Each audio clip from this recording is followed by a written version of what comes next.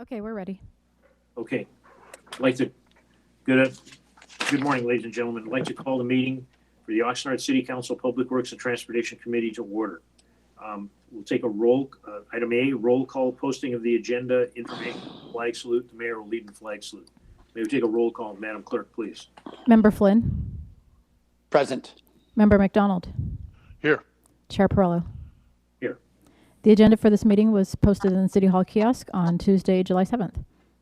Thank you. Can the mayor lead us in the flag salute, please? All rise, please. Place your right hand over your heart. Ready, begin.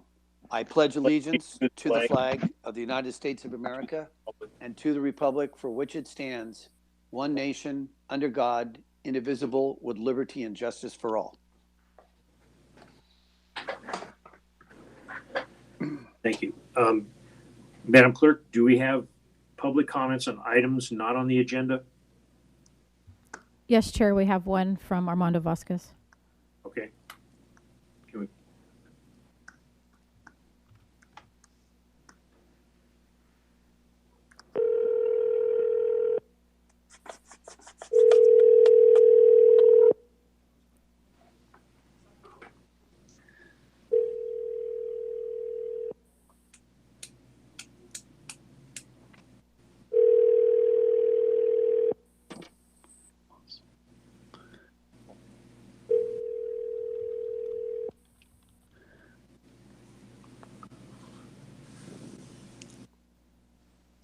Zero 5 2 1 6.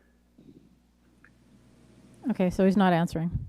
Okay, we'll give him one more shot, and if he doesn't on that, at the very end of the meeting, we'll give him one last shot. So, So try him again now? yes, please. Okay.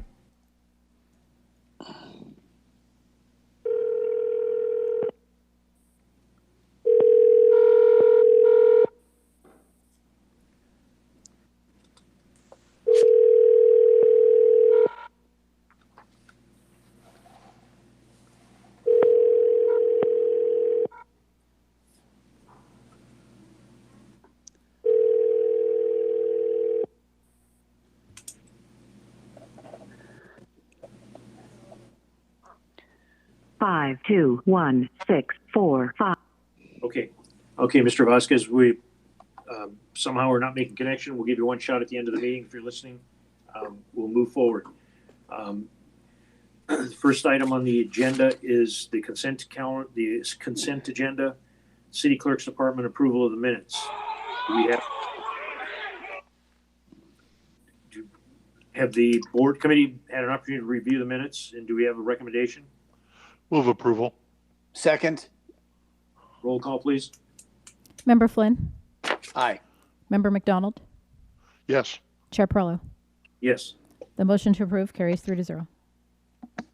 Thank you. First item on the agenda under reports, item D1, Public Works Department. The subject, automatic public toilets as standard for future restroom projects.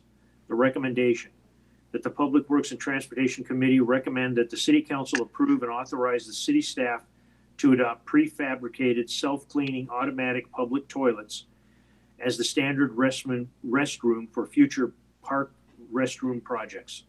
And the contact is indicated as Ms. Rosemary Glaglione. Good morning, Committee Chair, Committee members. Brian Young, Assistant Public Works Director. I'll be providing the presentation today, and we'll be talking about restrooms. So we got 36 park restrooms maintained by Public Works. 27 restrooms are funded by general fund, and 9 are funded by assessment districts. Our city restrooms have been constructed out of cinder block, and majority of our restrooms are by cinder block. We currently have 2 prefabricated restrooms, 2 in general fund and 2 in the assessment districts. So we have maintenance of the restrooms. We have 2 full-time employees dedicated to restrooms. They're opening the restrooms, stocking the restrooms, cleaning the restrooms throughout the parks. Special districts contracts with City Corps to provide their restroom maintenance. Our restrooms are cleaned once daily and repaired as needed, and often we get calls to go back out to certain restrooms throughout the day. So restrooms are very busy Monday through Sunday, so it's a seven day a week operation. Currently, our restrooms are closed due to COVID. but they keep us very busy. Staff researched 2 types of restrooms, prefabricated and build-in-place. And I want to commend Jim Nelson, one of our project managers in engineering, who researched our restrooms, the prefabricated restroom, looked at the features, looked what best fit the city of Oxnard, and did a really good job on the research. So appreciate Mr. Nelson on his work that he performed. So we looked at prefabricated restroom and the benefits that is going to be best for the city of Oxnard. Prefabricated restrooms are low cost and easy to install, do not require detailed design plans or costly architectural drawings. And due to the high cost of the build-in-place facilities, we did not look into them any further. We stopped at prefabricated, which this next slide will show you why. So the APT Exelou that we looked at, estimated cost, and that's a full cost of the restroom itself, does not include installation. That's $214,000. Public restroom company is $247,000. And obviously the build-in-place is much more higher than both those restrooms put together. The 2 restrooms that we looked at, the prefabricated restrooms, were the Exelou Jupiter and then a public restroom company that had prefabricated restrooms. Most of them, both of them had great features, amenities. However, the Exelou Jupiter had a little bit more features that really are going to benefit us in the long run. One is the automated sliding doors with time limits, the self-cleaning, the operational efficiencies that it provides, the 3-in-1 wash basin.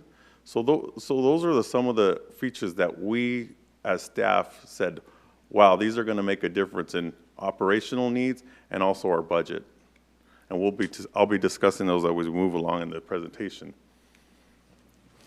The prefabricated restroom, that's what we want to be our new standard as we move forward with future projects or change out restrooms or add new restrooms.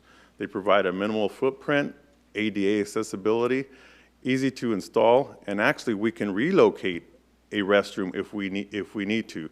So the prefabricated restroom can be relocated to a different location in the park or a new location, another park in all, if we decide to do so. The automated washdown system with disinfectant water spray after 30 uses is a really good feature that we like. The surface drying with high pressure fans before the next user enters. And there's kind of a image of the Exelou that are looking at the prefabricated restroom. So the electric door set to lock units at night. What a huge burden this would take off some of our staff.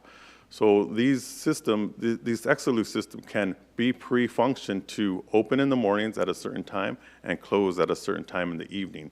They're also programmable, which you can provide 10-minute occupancy limit to eliminate unwanted activities. So a time limit can be set at 10 minutes. The user will get an 8-minute warning, a 9-minute warning, and at 10 minutes, the doors automatically open.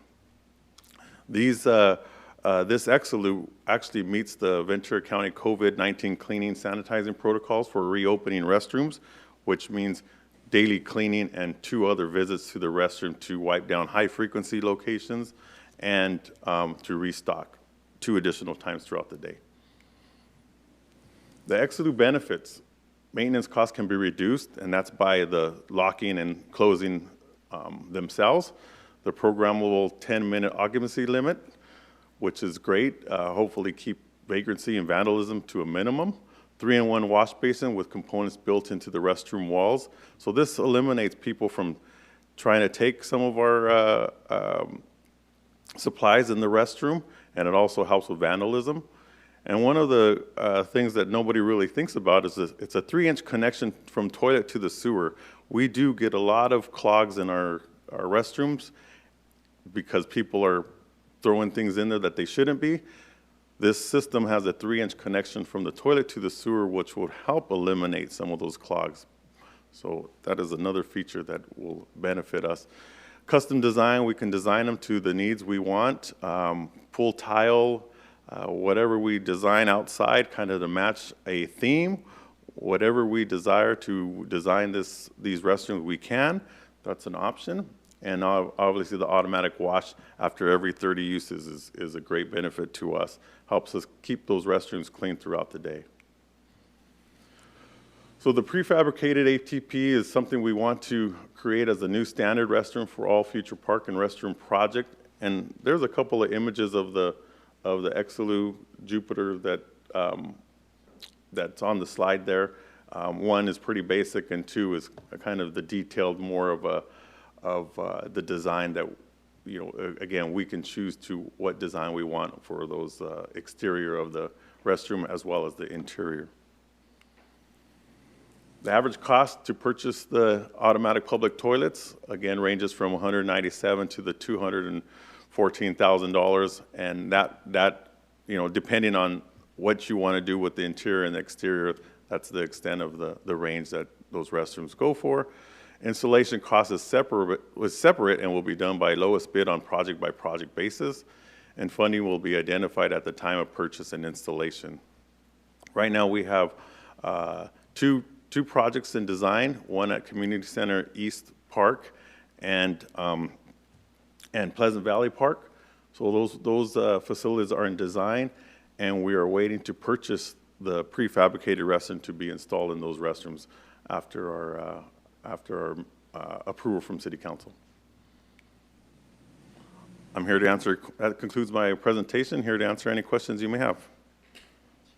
Thank you very much, Mr. Yanez. And I want to also compliment Mr. Nelson because I had an opportunity to talk to him, tremendous amount of information you had for me. Thank you. Madam Clerk, do we have any public comments on this item? Yes, there are two. Okay. Okay, so first will be Pat Brown.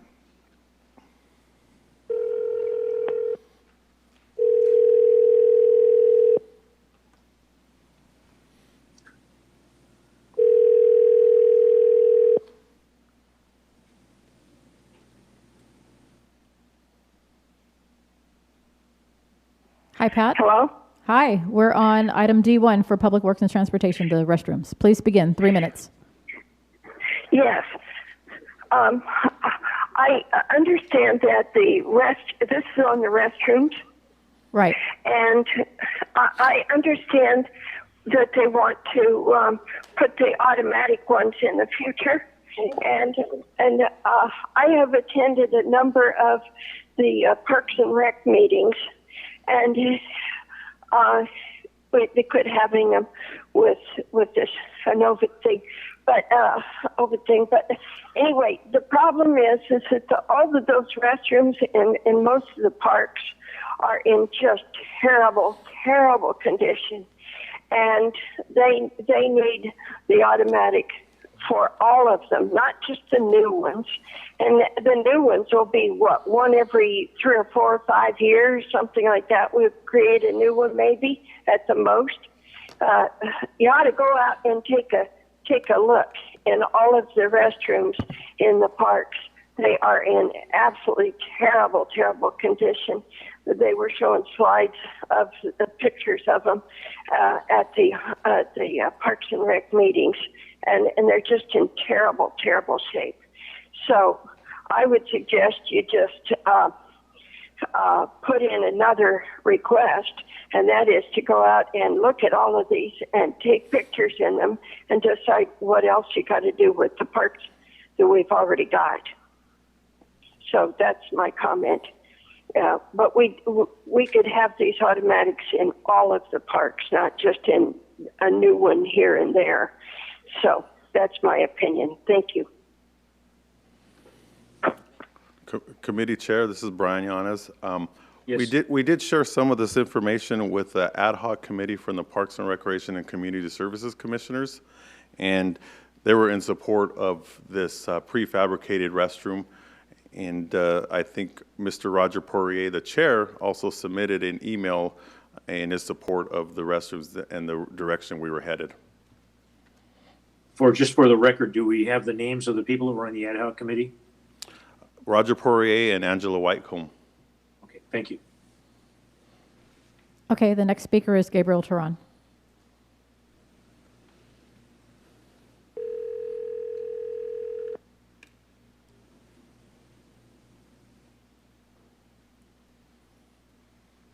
Hey, Gabe, we're on item D1 for Public Works and Transportation. You have 3 minutes. Please begin. Thank you very much.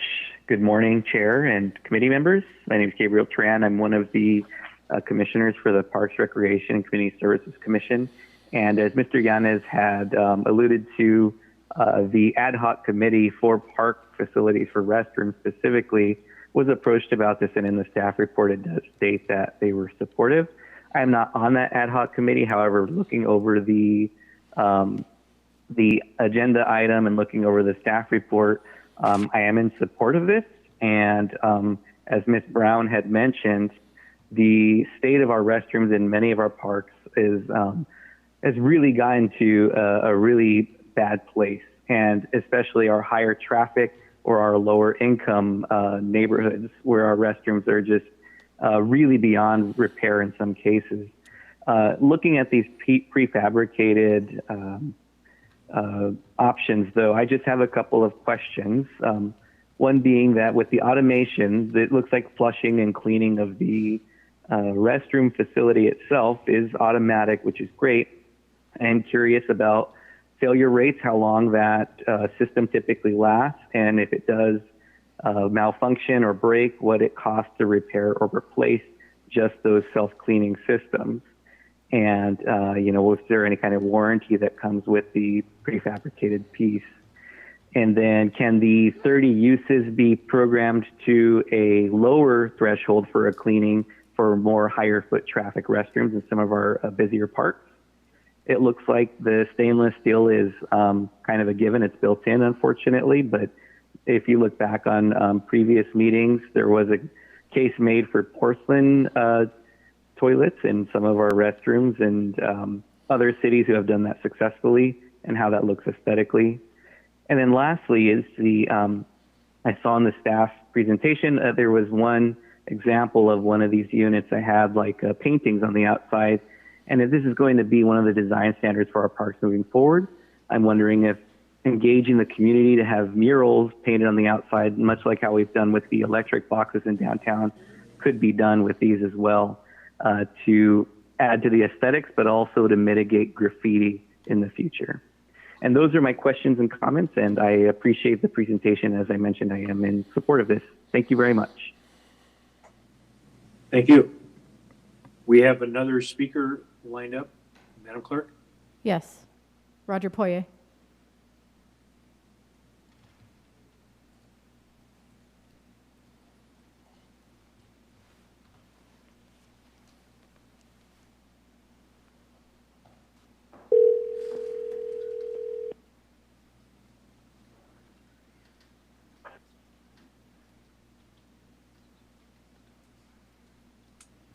Hi, Roger. You're live in the meeting. You have 3 minutes. Please begin. Hi, this is Roger Poirier. Thank you, Chair Perello and members of the committee. Brian Yanez asked Angela and me to consider the staff recommendation for this Exelou restroom. And we researched it. I spoke to some people who have some experience with them, and I also visited the unit that's installed down at North Hollywood. The North Hollywood Recreation Center has a large population of homeless people in the area, and they rely on this restroom. It's been installed for about 9 months now. And the thing I was impressed with was, first of all, the automatic features are really cool. As you can see, I sent you all an email last night that has some of the comments from the Railroad Park in Morgan Hill. The people are pretty impressed with these restrooms. But I was impressed that even though this restroom gets a lot of use during the day, because it washes itself every 30 uses, there's no smell in there. The only issue is when any kind of paper collects on the floor, it gets wet and gets washed down into into the under the drain. But overall, I'd say this is a really smart choice by staff. There's some features. The automatic features are going to really help with maintenance. As Gabe mentioned, the only real concern is, they do have a pretty good track record, but I think that staff should really pull together some information that is a specific plan for making sure these restrooms remain operational going forward. We have several restrooms in Oxnard that have been out of commission for years, and you just wonder why. The city is a city so bereft of funding that it cannot get these restrooms back in operation. So I wouldn't want to see that with these things. They have a lot of sophisticated technology. We want to make sure that there's a plan and funding in place to make sure that these restrooms are always up and running. I look forward to working with staff on coming up with designs that fit kind of an Oxnard aesthetic for our parks. That's one of the benefits of this unit, is that it can be customized both on the exterior and the interior. And we think we can come up with something that really raises the bar for our user experience in Oxnard parks. We've done a lot of examination of our restrooms throughout Oxnard's parks, and as Ms. Brown mentioned, a lot of them, they still function after 40 years.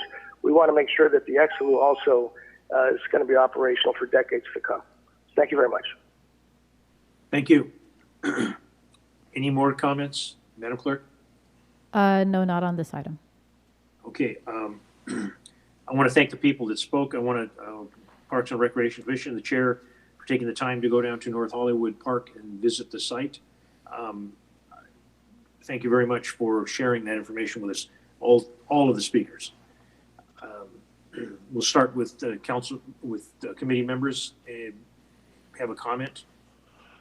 Mr. Chair, if I can make a couple comments. Go ahead, Council. I had the opportunity to talk with Mr. Nelson about this, as they were looking for the use of it in Community Center Park, which is in my district.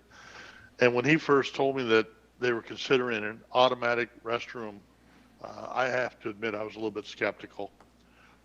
And I know we've tried other stuff. I look at the restroom we took out of the senior center. Wilson. What's that? Wilson Park. Wilson Park. I knew it was one of those parks. And we put in a restroom facility that I wasn't real keen on to begin with, and after it got put in, I'm even less keen on it.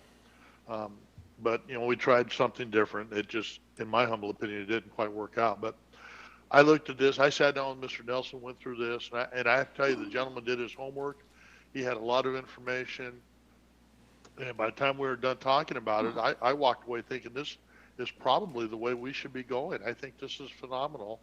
Plus, it's much less of a sticker shock than building, what we've continued to build over the years, which are incredibly expensive facilities that sometimes just don't work out very well. And as Mr. Yanez stated, we have several restroom facilities, and I think Mr. Poirier said it too, that haven't worked in years. And College Estates Park, the restroom has been out of service for over a year, and I didn't even know about it. I just found out that apparently someone burned it over a year ago. We haven't gotten around to fixing it. So I think this is an exciting opportunity. I'm convinced that we should really try and try this out and see how it works. And so far, I've not heard any negatives about this.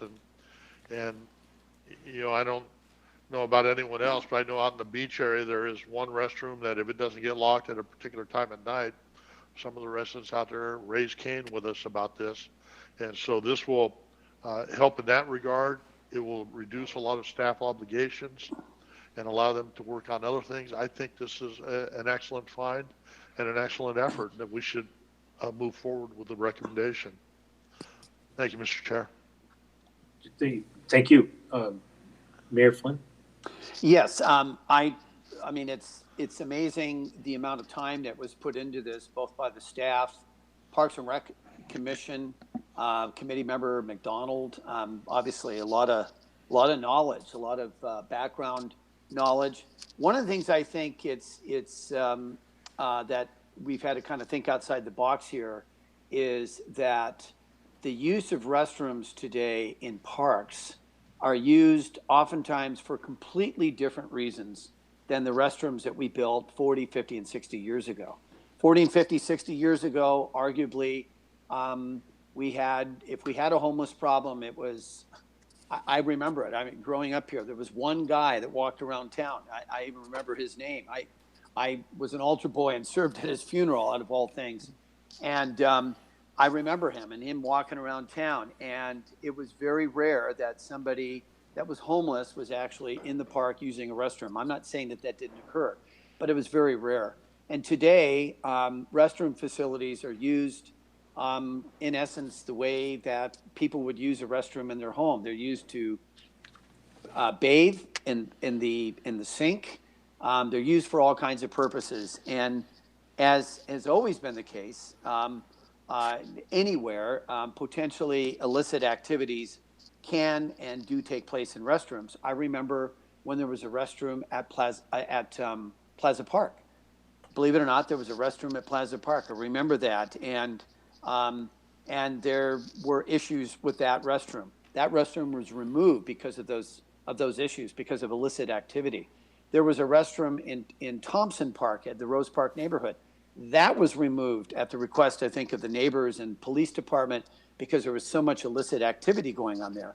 But now Thompson Park now has a new restroom. So anyway, I'll end by saying this self-cleaning mechanism, the self-locking mechanism, all of these things, it is just a godsend because committee member McDonald is right. I get emails from one person and he gets emails from the same person.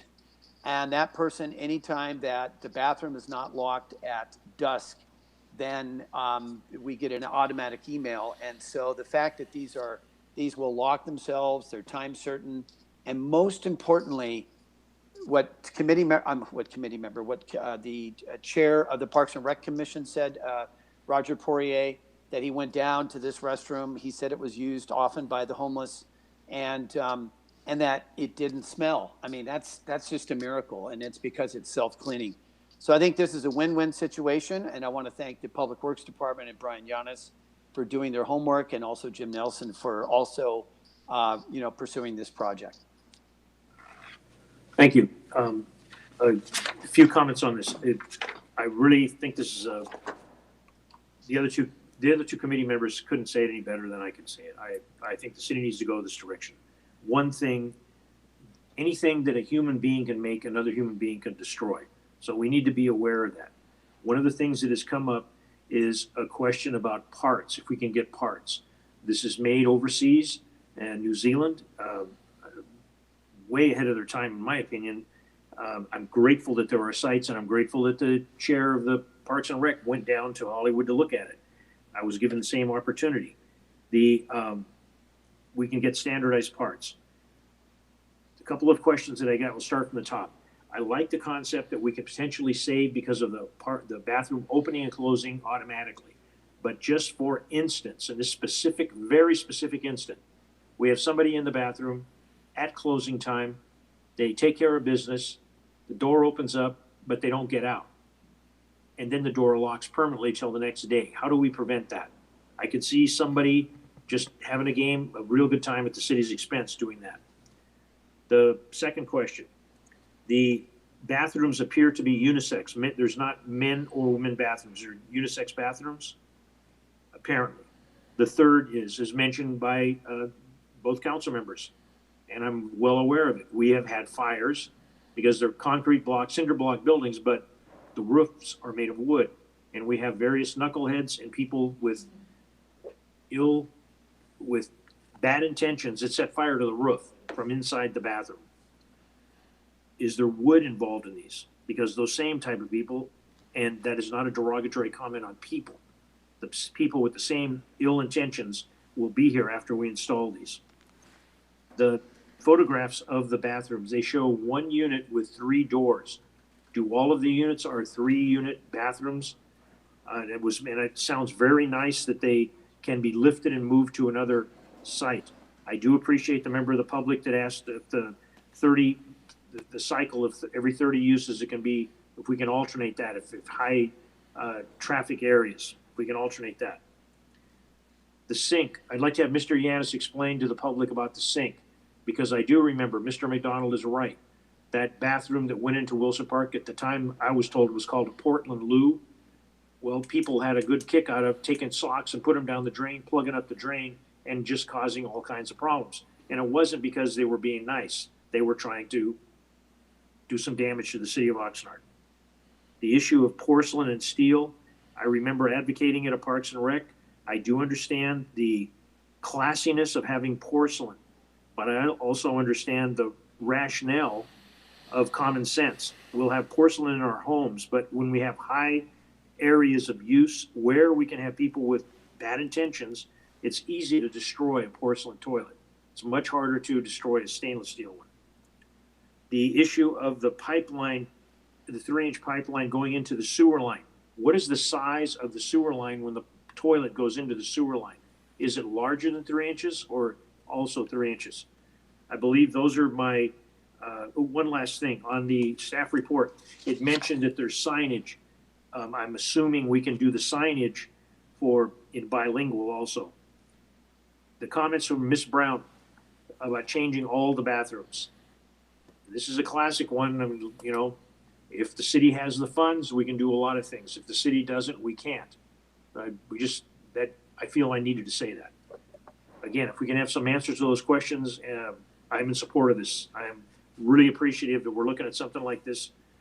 This is cutting edge, and I don't believe we're trying something that's untried. Chair Committee, Brian Yanis, Yes. Assistant Public Works Director. The locking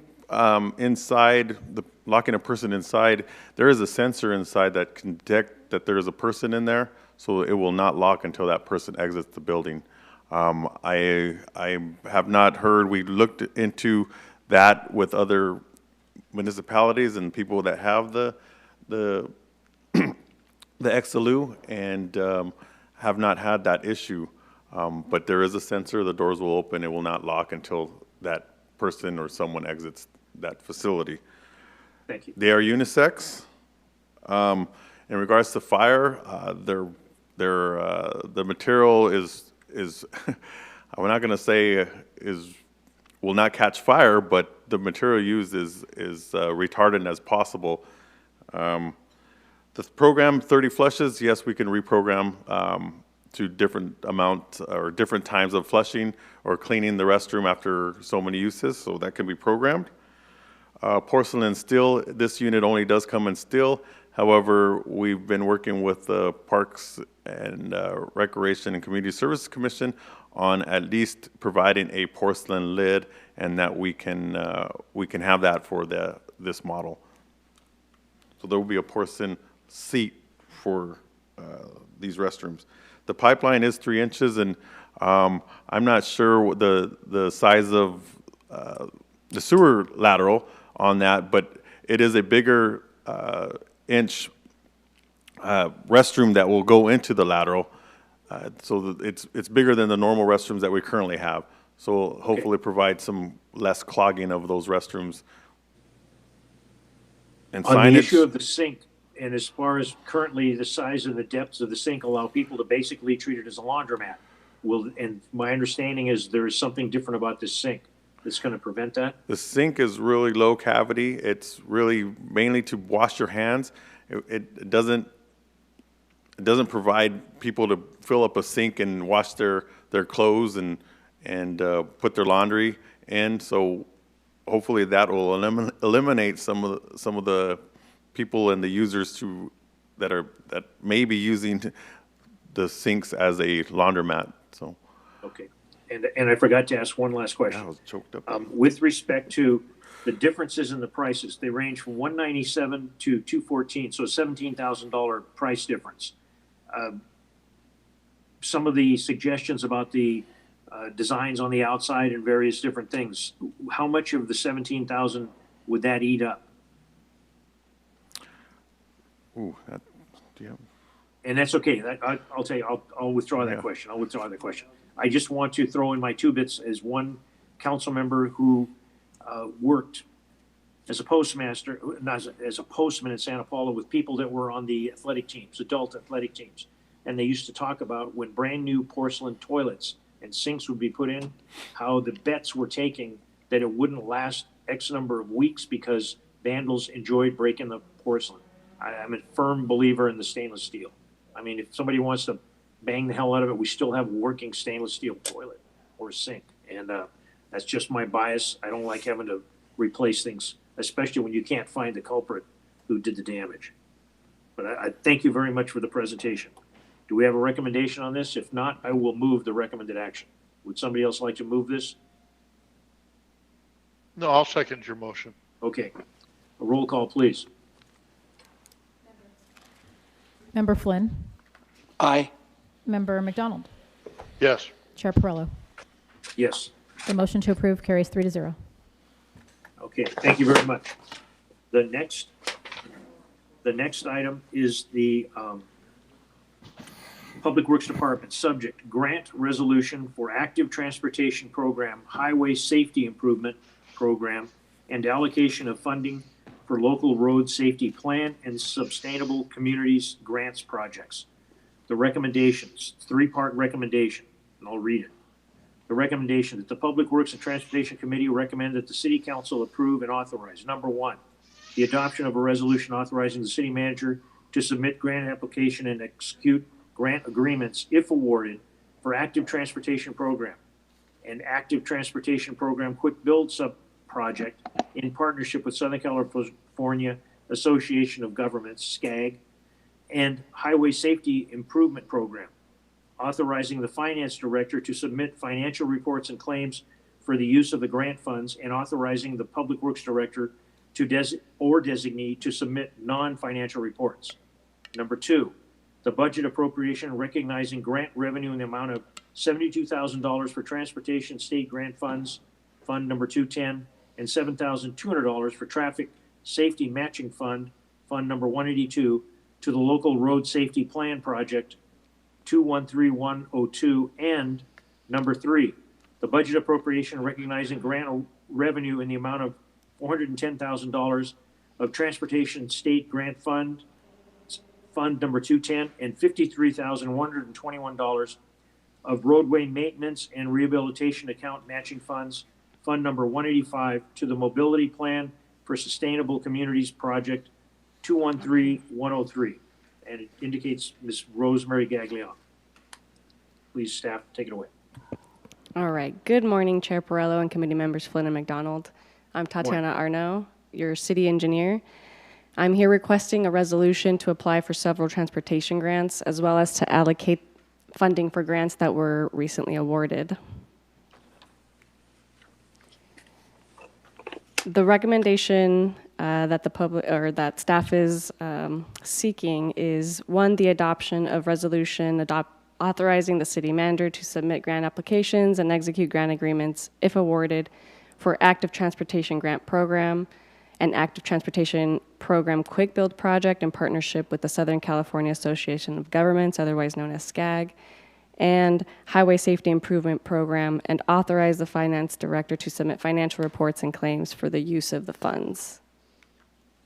Second, the budget appropriation recognizing the grant revenue in the amount of $72,000 of transportation state grant funds, Fund 210, and $7,200 of traffic safety matching funds from Fund 182 to the local road safety plan project 213102.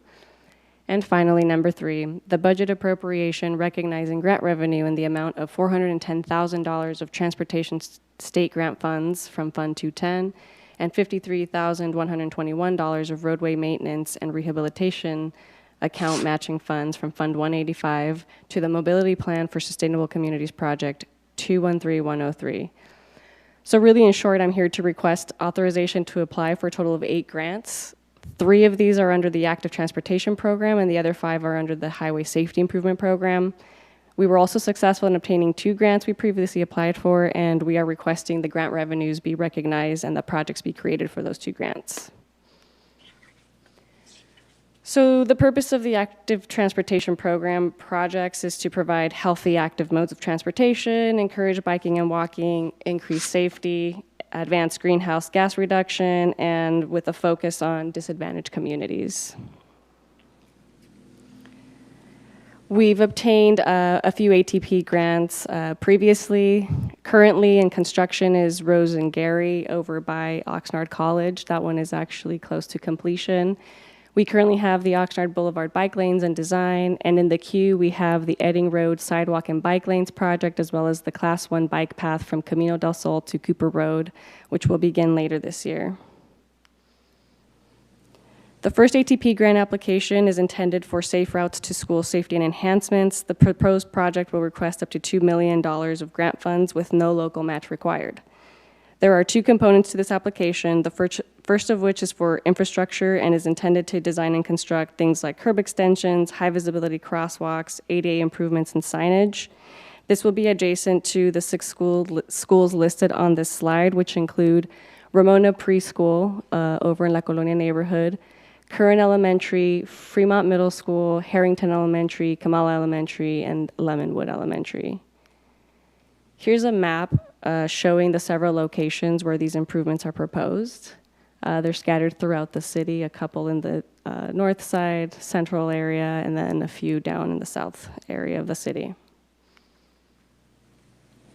The second component is for non-infrastructure items, which focus more on education and encouragement activities, which will identify safe, active modes of transportation, routes to and from schools, transit community centers, and also educational materials to share with students in the community to enhance safety.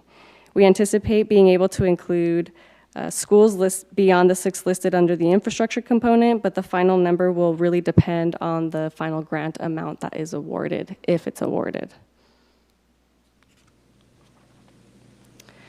So our second ATP grant application is for the 4th Street mobility improvements in the amount of $6.9 million. This corridor is located along 4th Street from Oxnard Boulevard to C Street. This is a project that aligns with the Downtown Oxnard Vision Plan that was approved in 2016. Its main purpose being to attract visitors, shoppers, employees, and residents to the downtown area. This proposed project will design and construct pedestrian and cycling connections from the Oxnard Transit Center to downtown along 4th Street to C Street, and they include things such as curb extensions, high visibility crosswalks, ADA improvements and signage, Class 2 on-street bike lanes, some bicycle parking, improvements to the bus paths that some of you might have seen or read it at this time, new parking stalls, upgraded lighting, and some street furniture. For the third ATP application, we were approached by SCAG for this partnership. We were actually the only ones in the county of Ventura to be approached by them for this new type of grant application. So quick build projects are basically intended to deliver improvements that do not anticipate lengthy design or right-of-way constraints. This project in particular proposes to restripe Saviors Road from Channel Islands Boulevard to Pleasant Valley Road for Class 2 bike lanes to maintain consistency throughout the whole corridor. Currently, the Class 2 bike lanes start and drop along Savior Roads in several locations. This project will also include the installation of speed feedback signs to assist with speed reduction. These two types of improvements are actually identified in the City Bicycle and Pedestrian Master Plan. And if the grant application is successful, SCAG will be the lead agency to design and construct this project. We will just partner with them through the city traffic engineers reviewing the plans and ensuring that the project is constructed to our standards. Staff time will be billed to SCAG for reimbursement from the grant. So getting into the Highway Safety Improvement Projects, or HSIP, the purpose of HSIP projects is to provide for safety improvements to existing infrastructure. These typically include signal modification projects. There is a pedestrian enhancement set-aside category, which is new this year, and generally projects are selected by Caltrans based on a benefit-cost ratio, which I'll get into. So we have previously completed construction on 7 intersection improvement grants, which are listed here. So Rose Avenue and Emerson Avenue, Saviors and Hill, Ventura Road and Devonshire, Ventura and 9th, Pleasant Valley Road and Rose, Rice and Latigo, and finally Victoria Avenue between Gonzales and 5th Street. We currently have 2 in design from grants that were previously awarded. One is for 5 locations citywide, another one is for 7 locations citywide. These are actually just generally along the Oxnard Boulevard and the Channel Islands Boulevard corridors. They're not all pictured here, but this is generally what we're trying to tackle at this time. So what is the benefit cost ratio? The benefit cost ratio is a relation between the cost of collision versus the cost of improvements. It's calculated based on crash frequency, crash potential, cause, and engineering data. This requires engineering drawings, collision diagrams, and the identification of countermeasure improvements. Caltrans is actually encouraging applicants to submit multiple applications, incrementally adding intersections. This increases the potential of funding more projects. So as you can tell from the description of how the BCR is calculated, it's a complex method by which Caltrans will be making their decisions. Essentially, they will take the overall BCR by application and create a hierarchy starting with the largest BCR, going down the list until essentially they run out of funding. I'll explain the 3 applications we're submitting as recommended by Caltrans in the following slides. So the 3 applications, one is in the amount of approximately $2 million, another one for $2.5 million, and finally the last one for $3 million. So these will basically design and construct the traffic signal modifications, ADA improvements, and signage and striping in several locations. So locations 1 through 5, which are the ones with the highest collision rates, are included in all 3 of the applications. Once we get into application 2, we add another 2 streets, which are at Harbor and 5th, as well as C and Pleasant Valley Road. And then the 3rd application will add another 3, totaling to 10, including Savers Road and Laurel Street, Rose Avenue and Camino del Sol, and Vineyard Avenue and Esplanade Drive. So this is a dynamic process that involves analyzing the crash data, the costs, and potential countermeasures, which is still being worked on as we speak. We'll have the final BCR numbers closer to September when the applications are actually due. At this time, these 10 locations are anticipated to yield the largest BCR for the city. These were selected based on collision data and preliminary cost improvements, or cost of improvements, and this list will not change at this time, and it will be submitted for the applications. For the next HSIP application, we are requesting $1.7 million for up to 8 locations for median signal improvements. So this will design and construct intersection improvements to remove traffic signals located specifically within the medians. We're looking at these 8 locations right now for this application.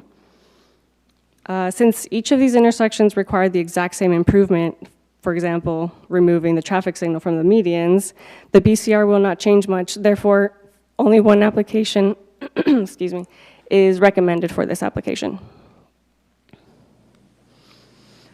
So here, and I don't know if I could highlight it on here. So this is what we're actually trying to remove through this project. These can be dangerous, and we're trying to get these out of as many medians as we can.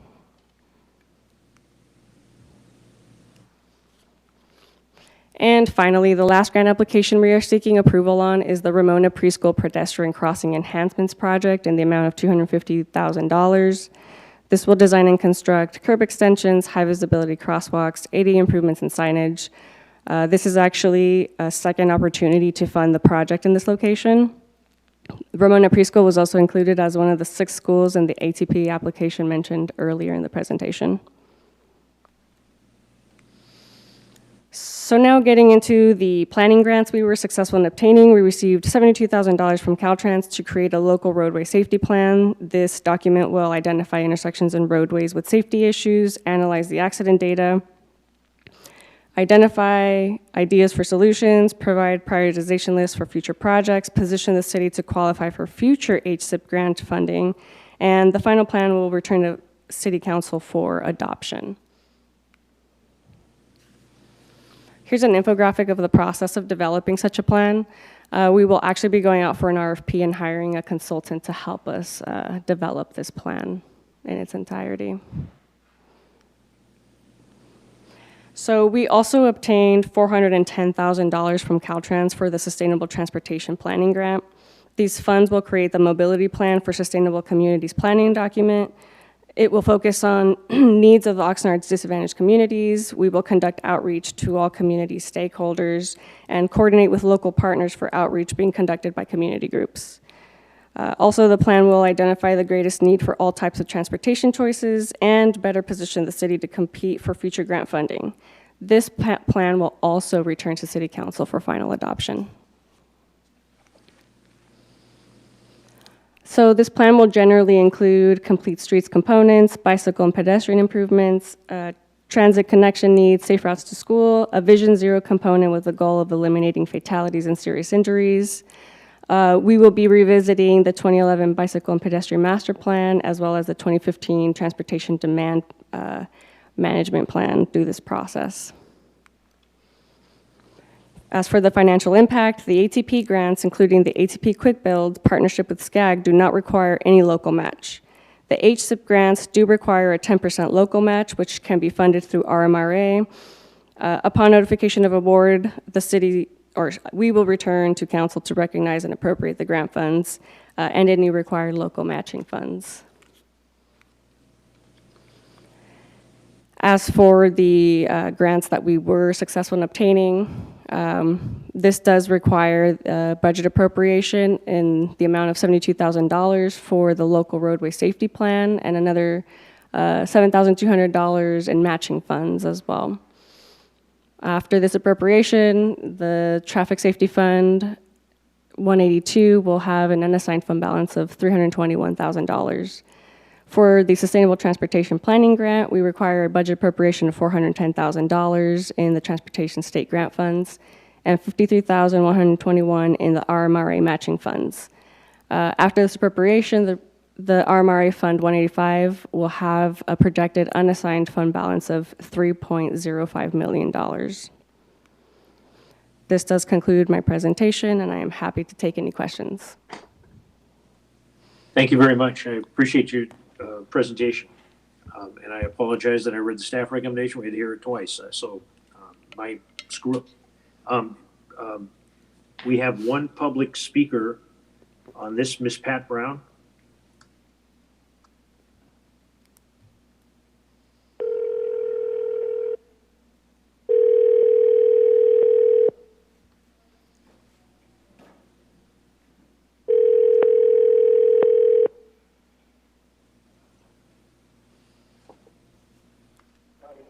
Hi, Pat. 3 minutes on item Hi. D2. Please begin.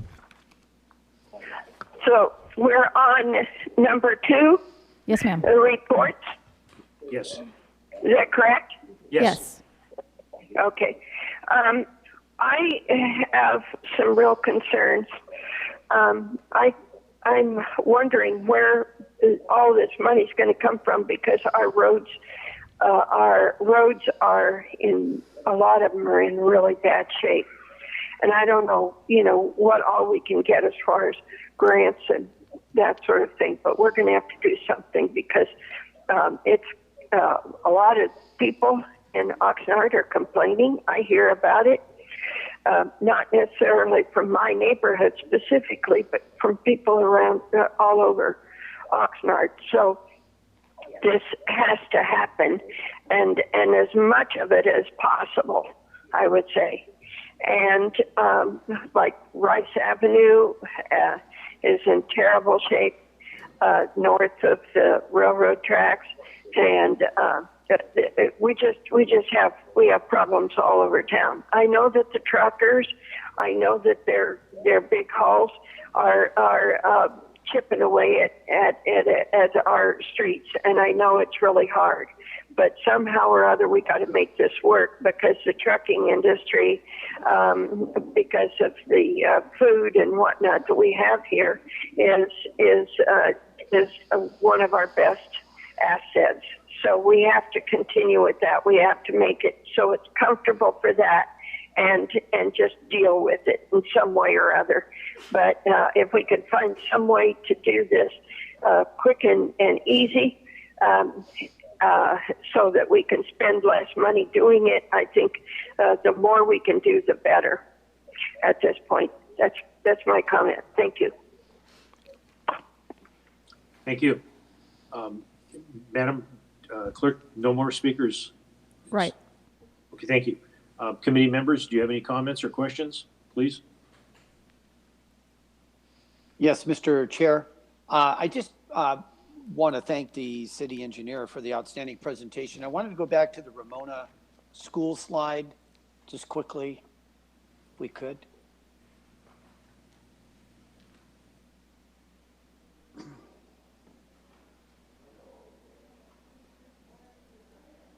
I can find it.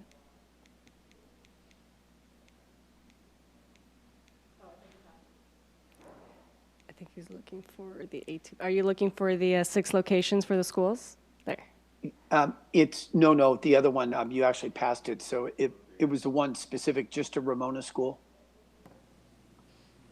Did you find it? You want me to do it? Yeah, if you go back, yeah, I saw it passed. It's coming up right there. Okay. Okay, my question here is, we're gonna have Ramona School, members of the committee and staff, members of the public that are listening.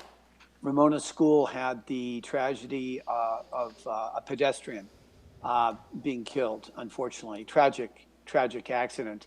And that, I believe, was on Cooper Road, which is the entrance there.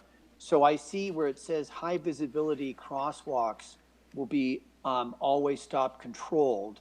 Is that planned? I see the arrow then is down on North Bonita Avenue and First Street. So, and then it says another high visibility crosswalk, ADA ramps is scheduled there for Cooper Road. Can you tell me the difference between the high visibility crosswalk, bulb out, ADA ramps, and short walk? You know that. Tell me what the difference is between that crosswalk and I think it's a beacon crosswalk, or is that the same thing? Yeah, so that one is, I believe, will be a flashing beacon crosswalk, similar Okay. to what was installed here on 2nd Street by the council chambers. Okay. And Now, yeah. Go ahead. Go ahead. Yeah, at the intersection, it won't be a flashing beacon crosswalk, but it will be an always stop. An always stop. And then I guess my question is, I know that there were beacon crosswalks or these crosswalks, maybe that was the other map, that were allocated throughout the city. There was like 6 of them, 8 of them. Is that one of the things that you showed a slide on also? Is that, sorry, can you repeat that question? Is that something what? I know that beacon crosswalks, these high visibility crosswalks, are being installed in other parts of the city. So I guess my question here is, are you, let's see here, are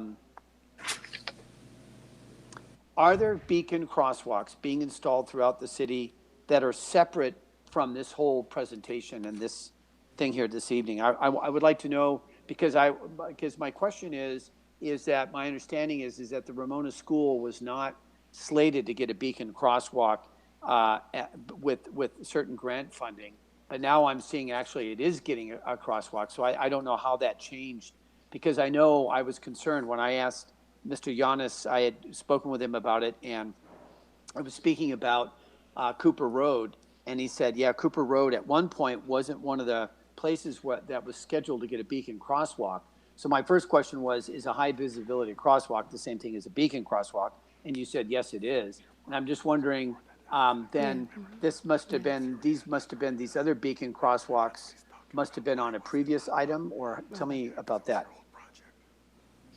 Yeah, so the project I think you're referring to, Member Flynn, is the project that we had applied for prior to anything happening over here in Cooper Road. That was a grant that had actually been awarded back in 2018, if I recall. So we just completed that project this past fiscal year. And so those crosswalks that you're seeing, like the one I mentioned here on 2nd Street in front of the council chambers, were part of a previously applied for grant that we were awarded. I see. So I just want to say to the committee members, I'm really happy that these high visibility crosswalks are being placed right there on Cooper Road. And again, even with a high visibility crosswalk, it doesn't guarantee absolutely the safety of those using the crosswalk, but it makes it much less likely, obviously, that there will be an accident. So I'm really happy to hear about the Ramona School getting these crosswalks both at Cooper Road and at North Bonita Avenue. And then, Mr. Chair and Committee Member McDonald, I just wanted to say that, you know, when it comes to grant funding, even if it's a 10% match, I mean, I agree with Ms. Brown. There are roads like Rice Avenue. We rely on federal funding, obviously, for Rice Avenue. Committee Member McDonald is our representative on VCTC, and we get allocations for these major thoroughfares, and that's how we pay for those roads. But we also have other competing needs, and this is obviously one of them, and it's a juggling act of trying to meet the needs of safety, forwarding and advancing people being able to walk, maybe children walking to school, bike paths, all kinds of things like that. And we've seen in the last couple years, and maybe I'm wrong, but there seems to have been an uptake in pedestrian deaths, and we need to do everything we possibly can to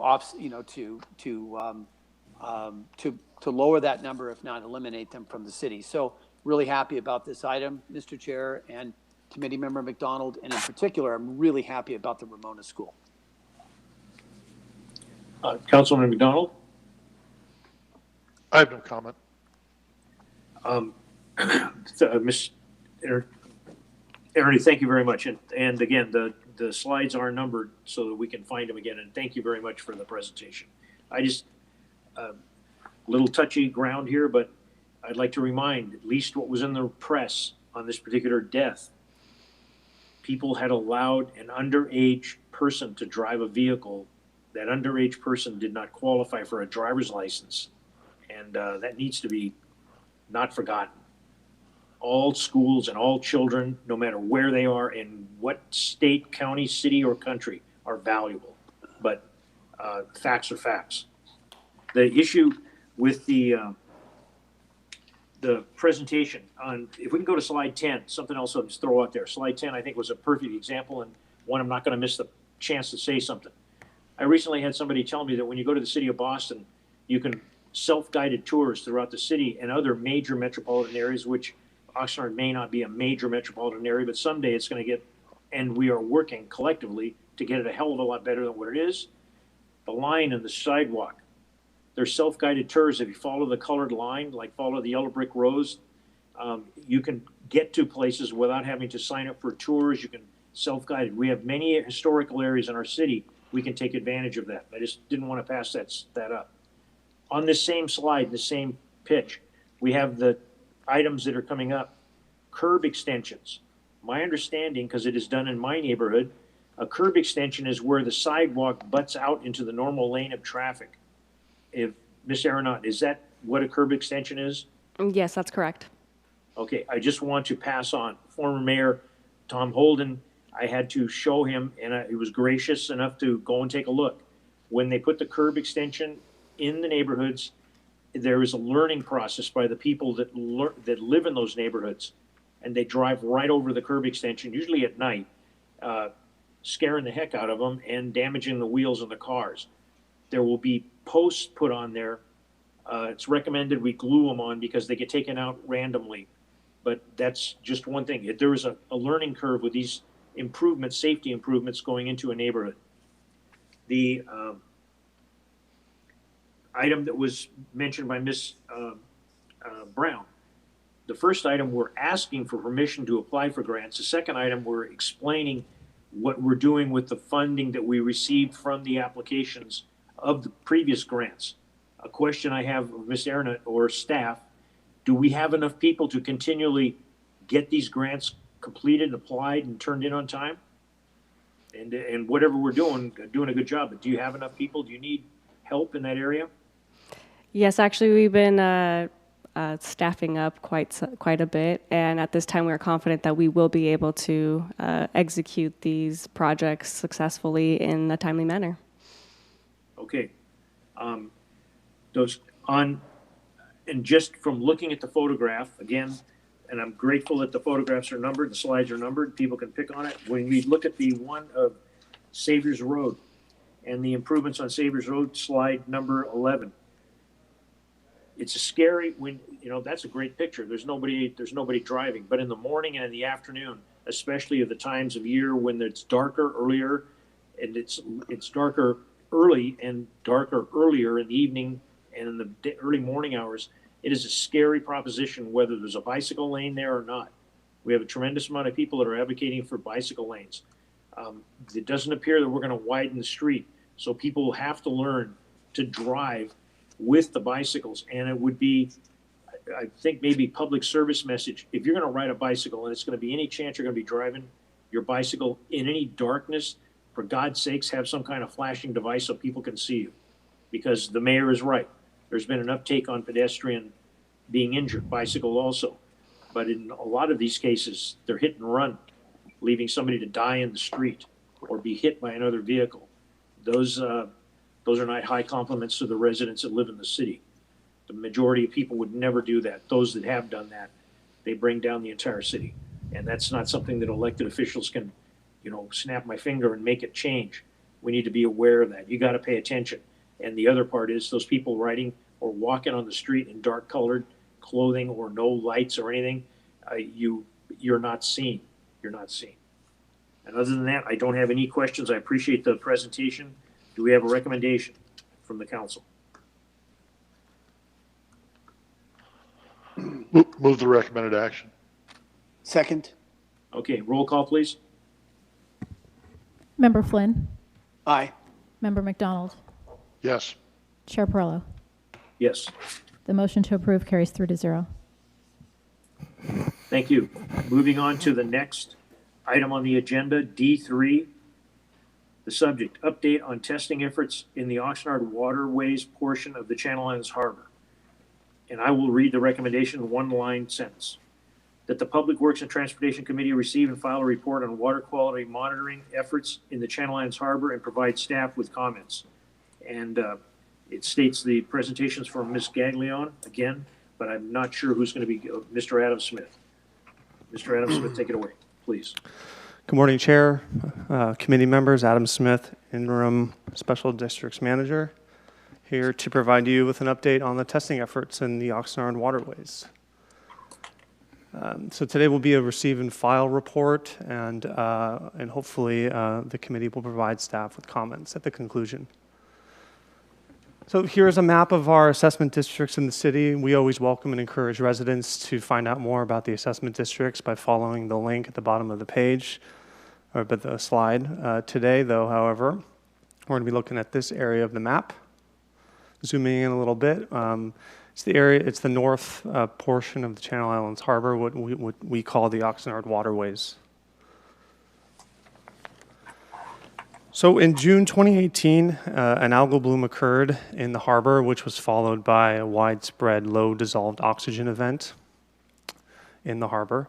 Additionally, a few months prior to that bloom, the Mandalay Bay power plant was shut down. And when it shut down, its cooling pumps that operated were also shut down. Now, the cooling pumps provided a constant draw of water through the harbor and its various bays and inlets through the Edison Canal, which is right here. So the water would be drawn up north through the canal, up to the power plant, and then out to sea. And when the power plant was shut down, the pumps stopped working, or they were shut down as well, which effectively stopped the flow of water through the canal. Before we move to the next slide, Mr. Adams, let me just interject. Going back to slide 5, we had the statement, the bloom was followed by a widespread low dissolved oxygen in the water. I just want to add this. The reason that's significant, life forms that live in the water need the dissolved oxygen. That's exactly correct. Go ahead. Thank you. So after the algal bloom in June of 2018, the city partnered with ABC Labs to begin a study to understand just how the bloom occurred. One of the conclusions of that study revealed that the residence times of the water in the harbor significantly increased when the power plant was shut down. Prior to the decommissioning of the power plant, residence times in the water were typically 5 to 7 days.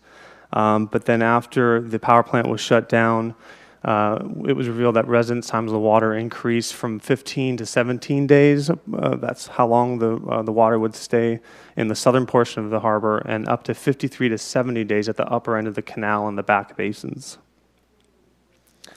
So, given these, given the long residence times of the water, the possibility remains of additional blooms and low oxygen events in the future. Part of the study that the city did with ABC was nutrient sampling, which we did during 2 wet weather events and 2 dry weather events. And that portion of the study revealed that an influx of nutrients to the canal was measured during the wet weather events, which led us to presume that the nutrients came from the surrounding agricultural fields. So as a response to that study, the city initiated several steps.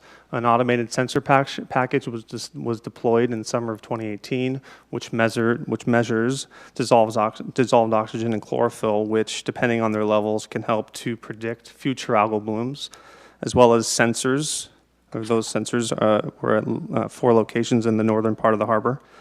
And then the city also installed a network of 7 aeration diffusers in the areas of the harbor that had the lowest level of dissolved oxygen levels. These aerators will seek to increase levels of dissolved oxygen in the water. So the change in the water quality has begun the process of the city examining the causes of the water level or the water quality degradation, and then looking to fund mitigation projects. The cities work closely with the residents of the harbor. The communities of Harbor Island, Mandalay, Seabridge, and Westport, which we collectively refer to as SYNC, which is the Channel Islands Neighborhood Council. City staff meets bi-weekly with SYNC in agendized meetings, so there's close collaboration. We also have been working in close partnership with the Los Angeles Regional Water Quality Board. And after discussions with the board, it was recommended by them that additional testing would need to take place in order to expand the analysis of the water quality conditions of the harbor. And to do that, you need a quality assurance project plan, which we lovingly refer to as the QAP. And the QAP lays out the key stakeholders, sampling methods and locations, sample analysis, parameters for volunteer sample collection, quality assurance, and overall goals of the project. So it's a fairly conclusive global way to measure water quality. So the QAP will assist us in determining if the sites in the harbor are meeting regional water quality objectives. So pending these long-term testing results of the QAP, which typically last about a year, then capital projects can be identified, which would include reductions in runoff from the surrounding ag fields, mechanical filtration, aquatic pumping, or treatment of the water in the canal. It's been a long process. Multiple drafts of the QAP have been reviewed and revised. We are currently on our final version, which will be shared with residents of SYNC and the Los Angeles the Water Quality Board within a week or 2. I wanted to note that SYNC is assisting the city staff and ABC in the water sampling efforts. They've been generous to volunteer their time to schedule coordination as well as sample collection and sample shipping for the implementation of the QAP. And these volunteers will be trained in collaboration with the state's water monitoring coordinator and ABC labs. There's no financial impact from receiving this report. However, the new budget for ABC sensor monitoring, which is essentially the QAP, will be approximately $80,000 for 1 year. Bacteria testing, which is included in the QAP, will be tested by the city's wastewater lab, and that won't exceed approximately $1,000 a year. However, no funds will be expended until it's determined how the city, special districts, and residents will pay for these services. And that concludes my report, and I'm happy to answer any questions you may have. Okay, I indicate that I do have a speaker on this. Let me double check here. Yes, it's Pat Brown. Pat Brown. Okay, and before we get there, I would like to also mention a good presentation. The county did assist somewhat in the assistance of buying aerators to help in this method of trying to get the little aeration in the water. Please call Ms. Brown.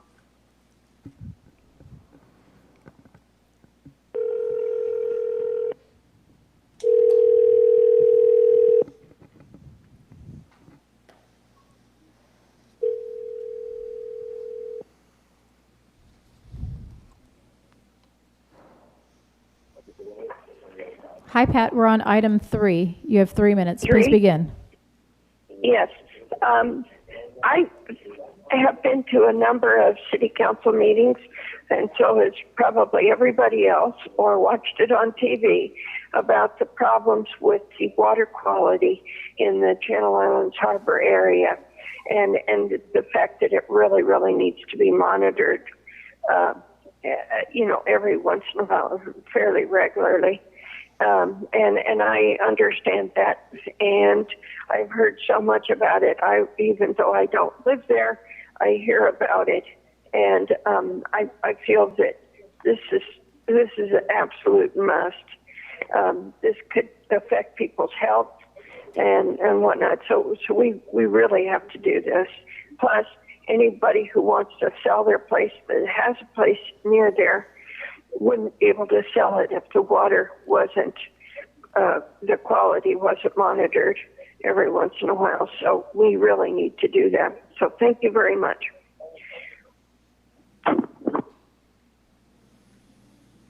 Thank you very much. No other speakers, correct? Right. Okay, thank you. Committee members, do you have thoughts, comments? Just a comment, Mr. Chair. Go ahead. Go ahead, Mr. The staff report, to me, seems like it makes it sound like that the pumps at the Mandalay station, generating station, ran all the time. My understanding is that they didn't run all the time. They were only run as needed. So it was not unusual to have times when there wasn't any circulation. So I just want to make sure that we had the right facts there. But other than that, excellent report. Thank you very much. Can we have staff address that question from the council member, please? Yes, thank you, committee member. I'm unsure of the frequency or how often the pumps were running. However, we do know that the constant draw of water, or the draw of water when the pumps were on, was enough to circulate the water in the harbor enough that there weren't any low dissolved oxygen events or even algal blooms that we know of.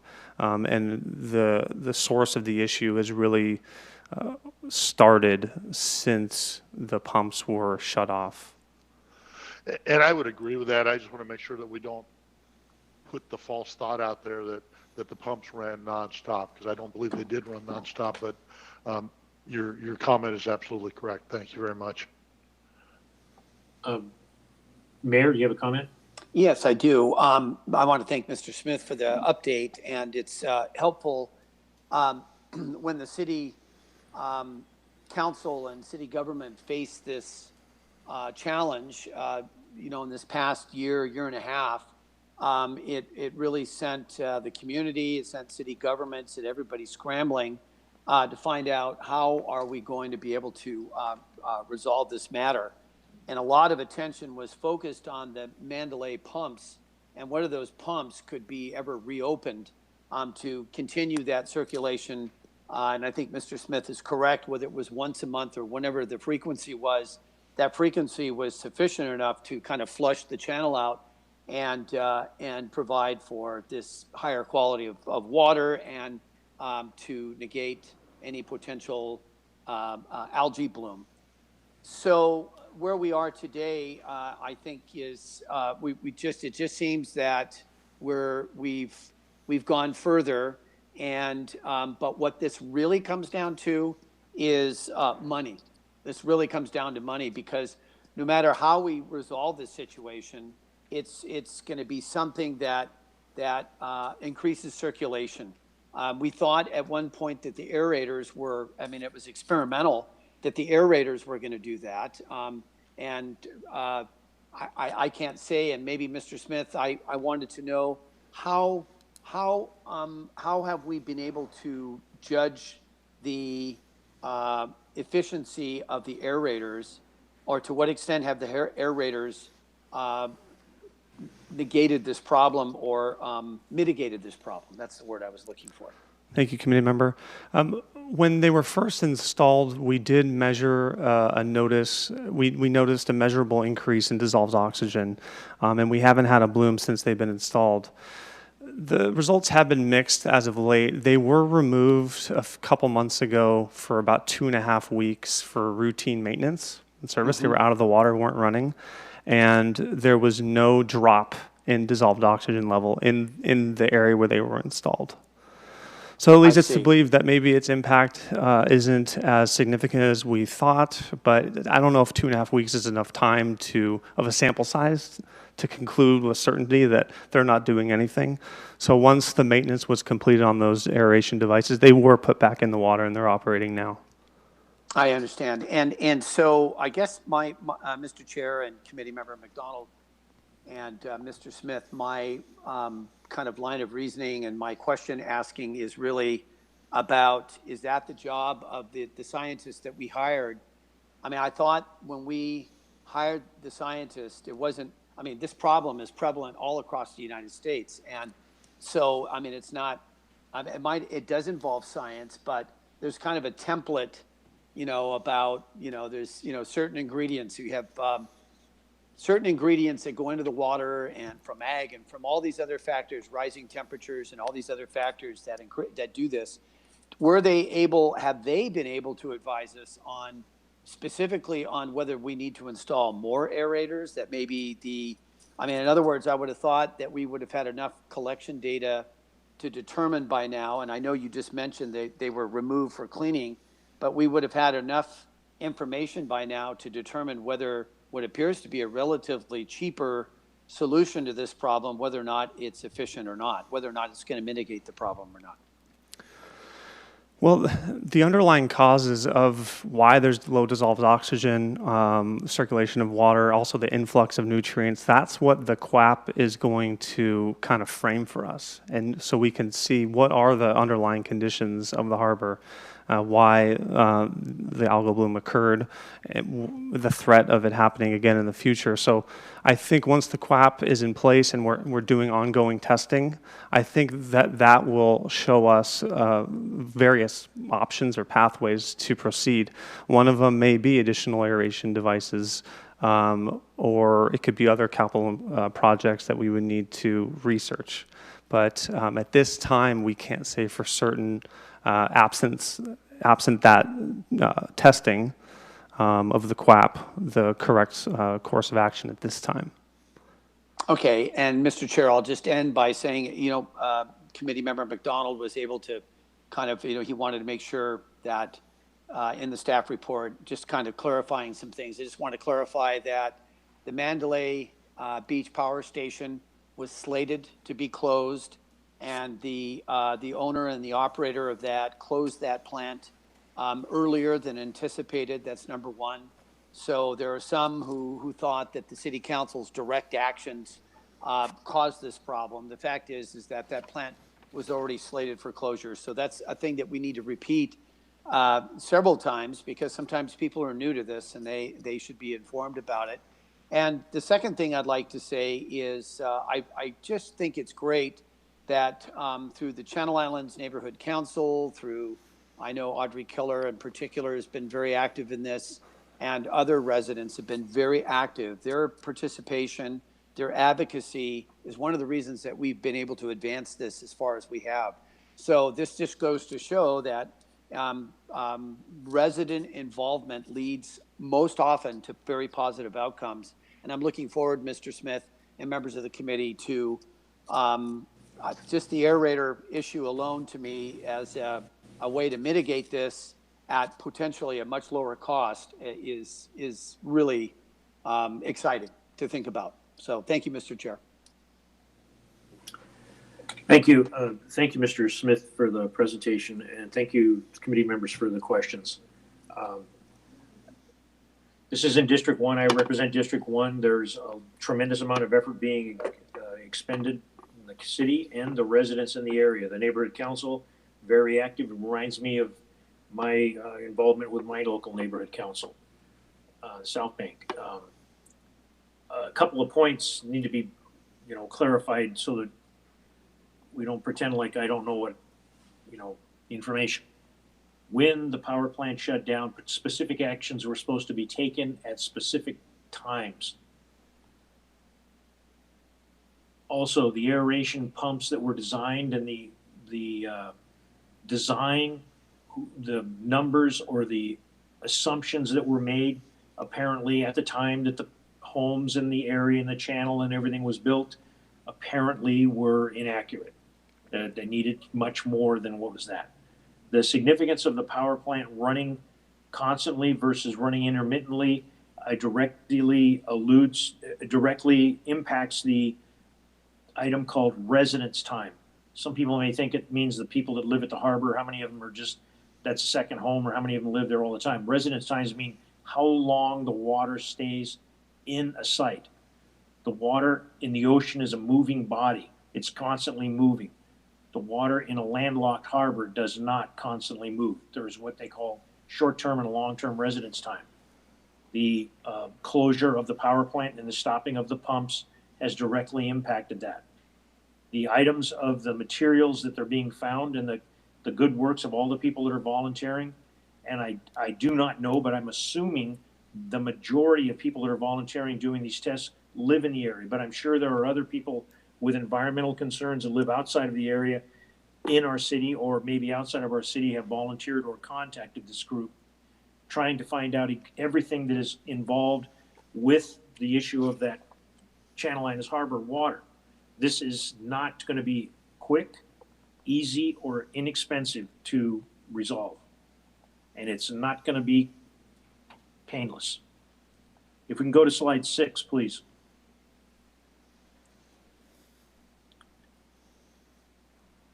Please, can we put up slide 6?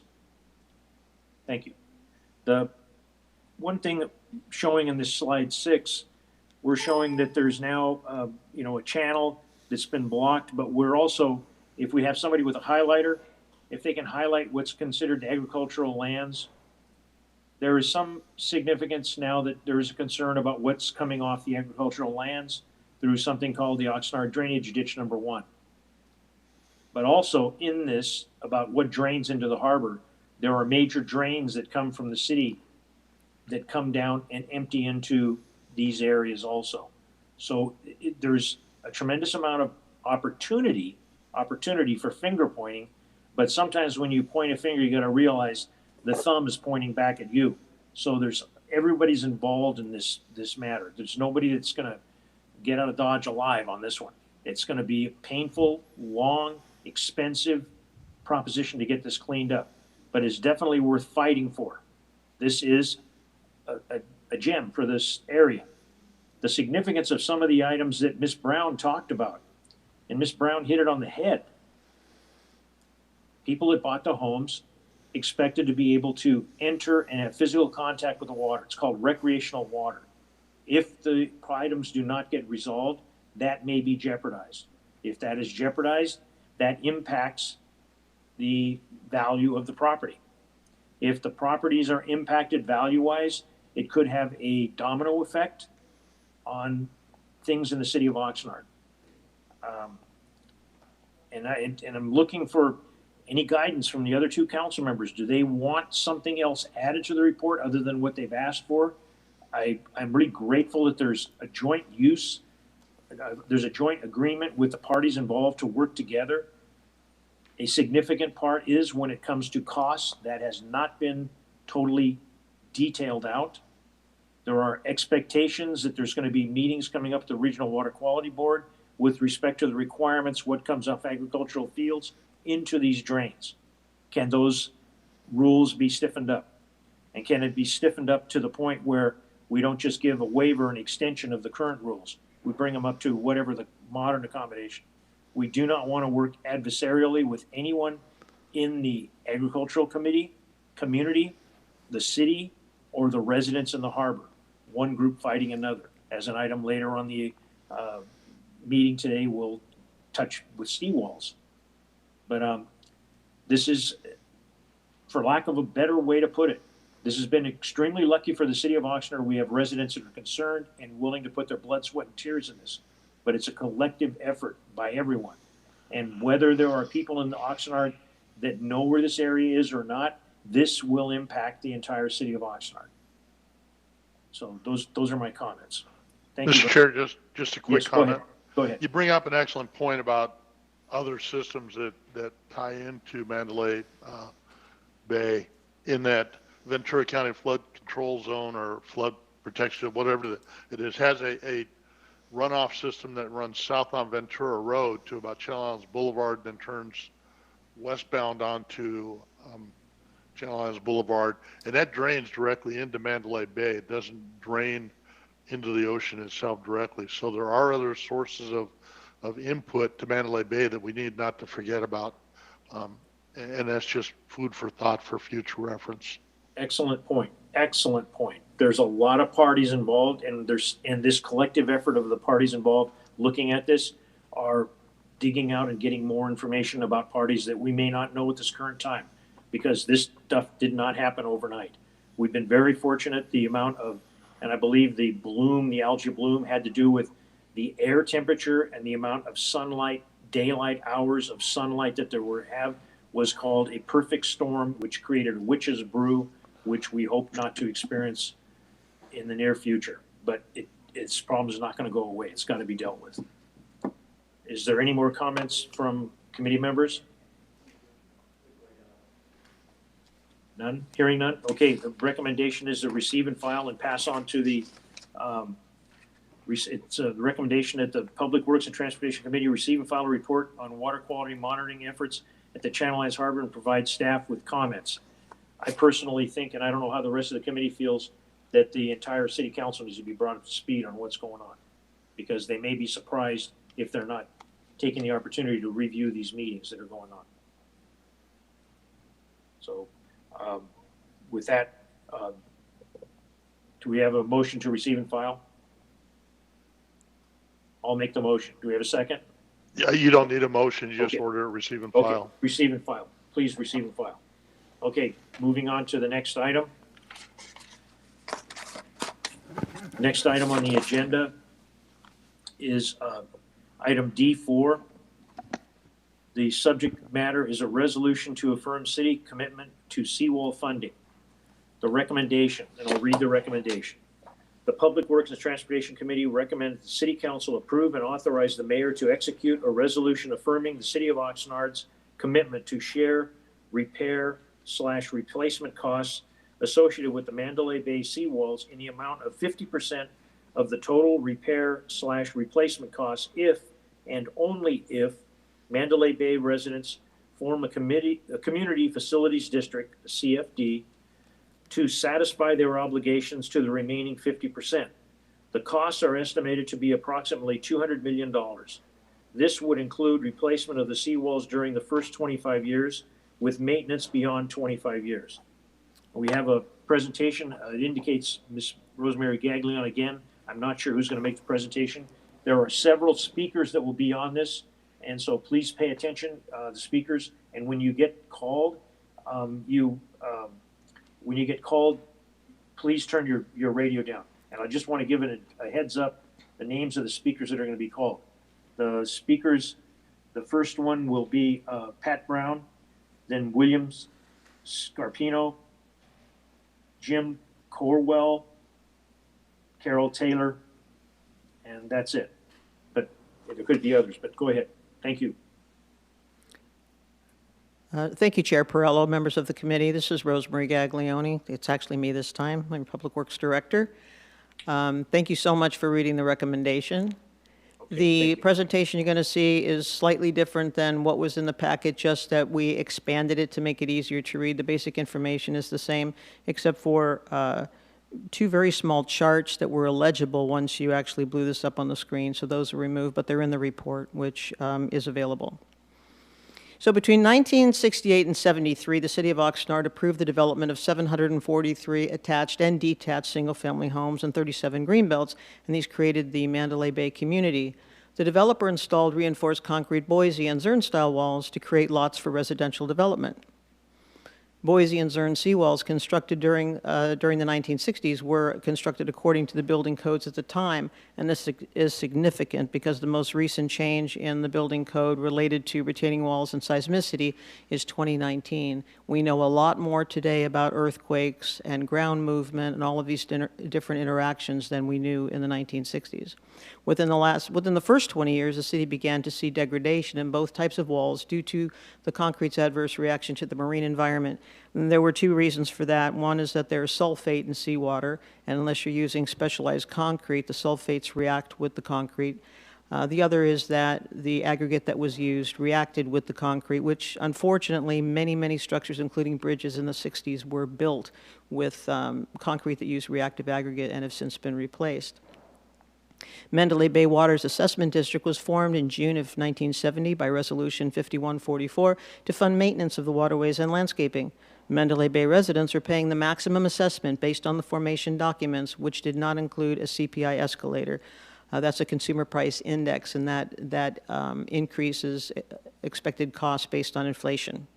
Due to the adoption of Proposition 218 in 1996, the city's precluded from increasing assessments within the district without majority vote and protest procedures, meaning we can't add new items and we can't increase the costs without going ahead and having a new vote.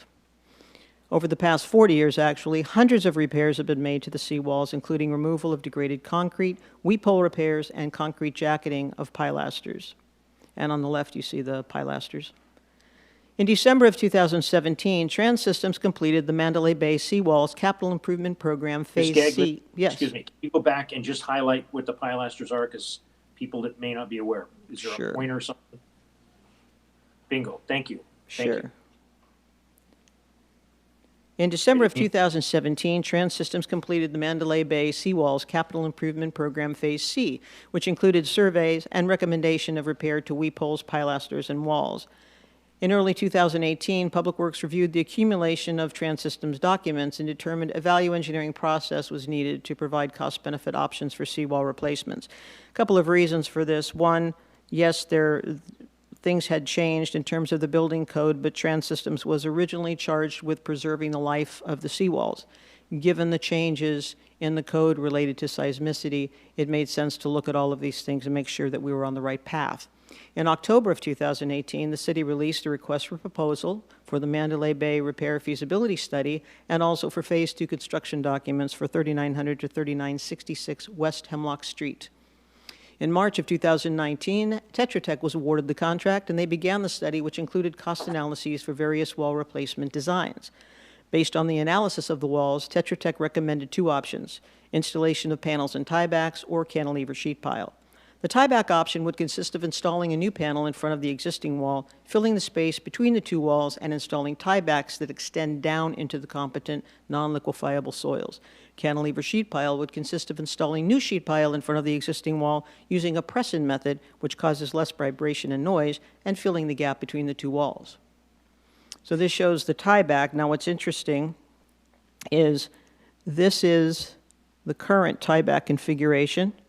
And this dead man that you see here is sort of like a concrete bar that runs parallel with the wall. The tieback holds on to that, and that holds the wall tight up against the soil it's retaining.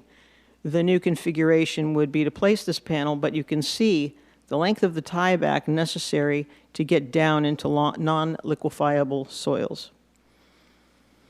And in the cantilever sheet pile option, we would go ahead and place sheet pile in front of the existing wall and then fill the space in between.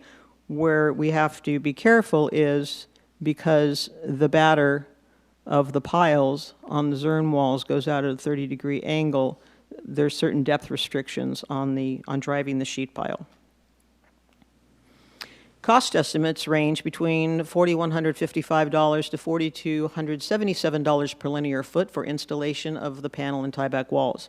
The new seawalls would be constructed to withstand seismic activity and adhere to current California Building Code standards. The life of the replacement project, or the duration of the replacement project, is estimated to be 25 years, with maintenance and minor repair activities beyond that. Stakeholders, including city staff, residents, and consultants, have been meeting over the last 3 years to discuss replacement and funding options. Residents are working to engage their neighbors to form a bonded CFD to fund 50% of the obligation. Through annual meetings, person-to-person coordination, and engagement, consultants will work to survey registered voters on approval of the CFD. Approval of this resolution affirms City Council's commitment to fund 50% of the seawall replacement costs. Overall estimates for the project could potentially be in excess of $200 million when adjusted for inflation. The other thing is, heading into a recession, who knows, building the economies of building may be very favorable. Funds will not be allocated for this until the specific capital improvement project is approved, the residents of Mandalay Bay vote in a CFD, and the City General Fund identifies their method for payment of this obligation. That concludes my presentation, and I am available for questions. Thank you. Do any of the committee members have a question, a technical question? Other than we'll go to the public comments. Now, if I may, Chair Perrello, we do have Debbie Mitchell, who requested to make a brief presentation immediately following mine. Okay. All right. Mr. Flynn or Mr. McDonald, do you have a question about the presentation? No, I don't. I'm ready to hear from the speakers. Okay. Go ahead, Ms. McDonald. Mitchell, Ms. Mitchell, please. Thank you. Good morning, and thank you for hearing us. My name is Debbie Mitchell, and I'm Vice President of Channel Islands Waterfront Homeowners Association, representing for the 743 homeowners in Mandalay, also known as Special District Waterways 1. Excuse me, Ms. Mitchell, can you speak up? It gets a little hard to hear you. I hope so. Is this better? Yes. Our president, Bill Clark, is working today. Waterways District 1. Ms. Mitchell, I'm sorry, that's actually not better. Can you get a little closer to your microphone? Is this better? No, keep going. Keep trying. Let me turn up my... Is this better? Yes. Yay, okay. I'm so sorry. Thank you. Thank you, Alex.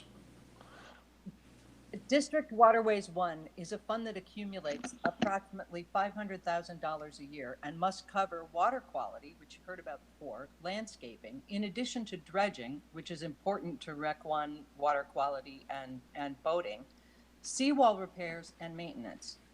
Seawall repairs and maintenance is the only part of our Waterways District 1 that this CFD impacts. Every year, our budget is approved with no comment on its inability to meet the needs, though it has not been increased since 1993. Our HOA seawall team has been meeting with the city for decades with no resolution while our infrastructure ages and known expenses increase. I'm sure much of Oxnard considers us the rich people at the beach who should stop whining and pay for their own seawalls. The problem is the city owns the seawalls, and our assessment district was established to pay for repairs and maintenance. In fact, we cannot touch the seawalls. Members of our HOA have been requesting a method to increase our assessment for years. Some have passed on, some have moved away, some have passed their historical knowledge, others have given up, while others continue to press, determined to see a resolution. You'll hear from some of those today. Next slide. For homeowners, one of the issues is tying the 50-50 agreement to a CFD and a CFD is voted on by residents and not property owners who actually incur the cost and live in the homes. At one point, the city went to court to prove their ownership of the seawalls and then dedicated the channels as streets under Mayor Lopez. We all hear consistently complaints all over town about the condition of streets and the need for them to be addressed. As residents want the city to fix their streets, there are many homeowners who feel strongly that the city owns the seawalls and they are responsible for them. This is a huge capital improvement project. The funding and planning delays have exponentially increased the current investment requirement and timeline for need. Including in the thinking about a partnership of this magnitude is the foundation required for such a commitment. There are many homeowners that can fully appreciate that the city is incapable of footing the expense of the needed work on the seawalls, and neither are we. That in mind, the feeling is that the city should take responsibility for ignoring decades of doing nothing about addressing the problem and approach the homeowners with a plan for partnership that both mitigates the expense of the delay and exhibits a working partnership based on transparency, a voice at the table, oversight for continuation beyond turnover in both the city and property ownership. Next slide, please. So that you understand the reticence, this CFD will only cover seawall repairs and replacement, with a plan being determined and directed by Public Works. This fund accumulates approximately $500,000 a year and must cover other expenses that have also increased since 1993: landscaping, water quality, dredging. This assessment district was formed in '72, increased between '72 and '78 according to needs recognized at that time. It more than doubled again in 1986 to pay for dredging. It doubled again by 1993 to increase awareness of maintenance needs. The assessment has not increased since 1993. A lot of the funds have gone to studies. 1998, Harbor Offshore conducted a study, identified priority needs. Consultants Noble Engineering were brought in. 1999, a depth survey resulting from water quality concerns and a buildup where the Oxnard drain dumps from the Oxnard Plain into Mandalay, increasing sludge and contaminants. City of Oxnard Operations Supervisor Jim Weeks was very helpful. He left in August 2000. Every staff turnover results in delays and steps backwards. You are aware of the turnover since that time. Between 1996 and 2006, $6.2 million were spent on repairs. In 2006, seawall repairs estimated cost for the next 15 years was $13,248,000. In addition to 2006 immediate need of $1.5 million for dredging and guardrail replacement of over $300,000. That $1.5 million for dredging was never achieved. It still sits on the to-do list. In 2006, seawall estimate replacement was $56 million at $1,359 per foot for 7.8 miles of seawall. You just heard numbers that dramatically increase that due on new needs for seismic resilience. The city recommended we double our assessment or go for a bond in 2006. The seawall team worked with the city, drafted plans in 2008, 2009 that never went to city council. The goal was established for a contract between the city and the homeowners to share the cost and oversight of the seawalls and dredging on a 50-50 basis. In 2012, there was talk of a 50-50 split. In a VC article about the seawalls, discussions have evolved, Mayor Holden said. The city and homeowners have shaped an option fair to both. The article went on to say, Oxnard City Councilman Tim Flynn, who with Holden has worked closely with the Seawall Committee, knows some residents waiting for pothole fixes in their neighborhood streets will wonder how the expense could be justified. Oxnard was already $1 million short of what's needed to fix the streets and alleys. It does place a hardship on the city. Next slide. No plan went to city council and no assessment increase happened. Dredging still has not taken place. Landscaping expenses have increased. The power plant shuttered, creating water quality issues. We had rolling turnover with staff. In 2012, Transsystems came in with another feasibility study based on forming a funding district. At this time, Seawall team members from our HOA had been meeting with Public Works and city officials to establish solutions that were doable and affordable. Next slide, please. We are hoping for continuity in city staff long enough to get a process, a plan, and a partnership in place. We had been meeting with city staff in 2019, raised issues about the sheet pile solution, but discussions on the solution were tabled pending the completion of the feasibility study with which we received this week. Our last meeting with the city was August 2019, with the exception of a presentation in February 2020.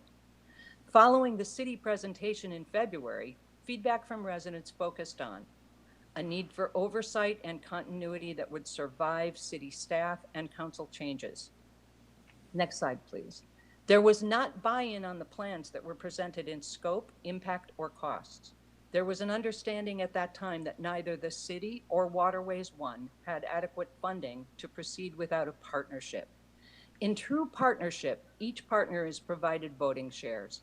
If such an agreement to share costs for repair, maintenance, and possible repair of the seawalls in the form of a 50-50 split with the city is achieved, the homeowners must be provided a voice. The property owners will bear the expense and deserve the right to have a voice in such an impactful, long-term, and costly commitment. Next slide. Making hard decisions in hard times. Now may seem like the worst time to make this decision, but Oxnard needs to stop attempting to hold on to preserving what is not working and what has not worked, and determined to make the right decisions at all times, not just when it's convenient. This will never be convenient, but it may be a disaster if not addressed. Next slide. Our recommendation at this time is to change the wording. Remove the requirement of the CFD. The formation of a CFD could take a year or two or more. Meanwhile, we have continued underfunded maintenance obligations that are far more serious than grass dying and pose a more expensive consequence than a pothole. Next slide. The harbor is open to all. The channels provide socially distanced, appropriate recreation for kayakers, paddleboarders, boaters, and Waterways One is a thoroughfare between Westport Seabridge on the north and the rest of Channel Islands Harbor south of Channel Islands Boulevard. The city has been on a path of correcting mistakes of the past. We are grateful for this. This is not an easy sell. This is not a convenient time. It never was. It never will be. We just really, really hope you'll work with us. You'll hear from other members of the Seawall team, past and present, and we thank you very much for this time. Thank you. I assume that I did receive emails from various residents on this matter. I assume the other council members did also. The next speaker I have shown is Mr. Scarpino, followed by Ms. Brown, Mr. Colwell, and then Ms. Taylor.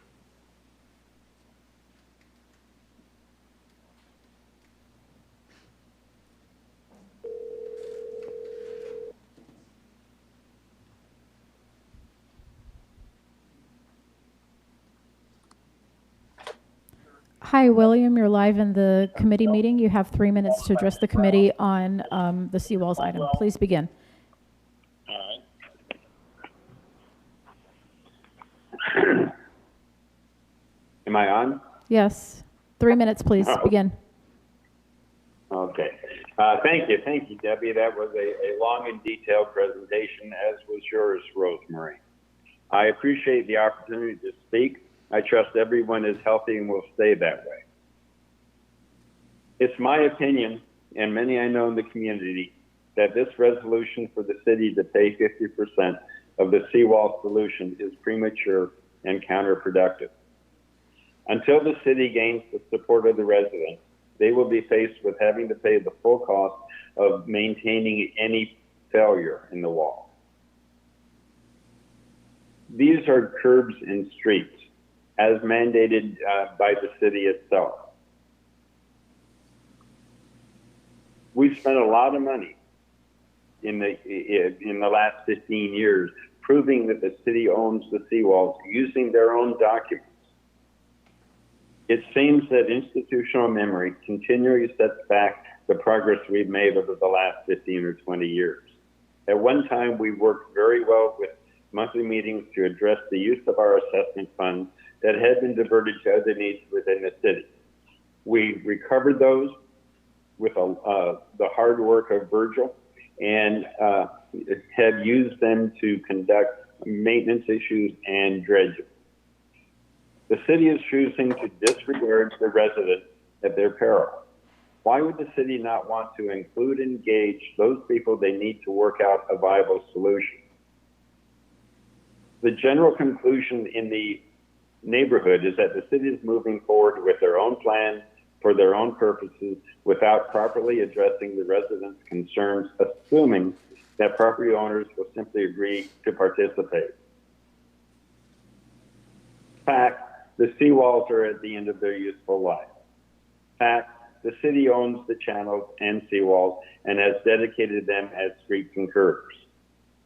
Fact, currently it is the city's responsibility to replace the seawalls at the end of their useful life. That means paying 100%.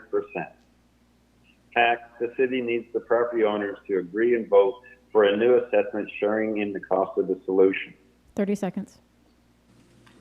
In fact, whether that participation is 10, 20, or 50% depends on how you work with the HOA and property owners regarding the solution.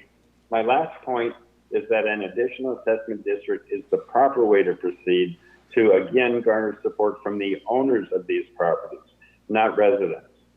They have a vested interest in the future of this area. Thank you for the opportunity to share my thoughts and frustration.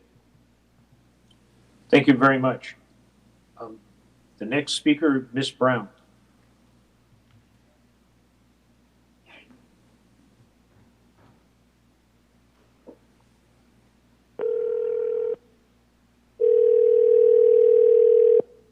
Following Ms. Brown will be Ms. Colwell and then Mr. Taylor.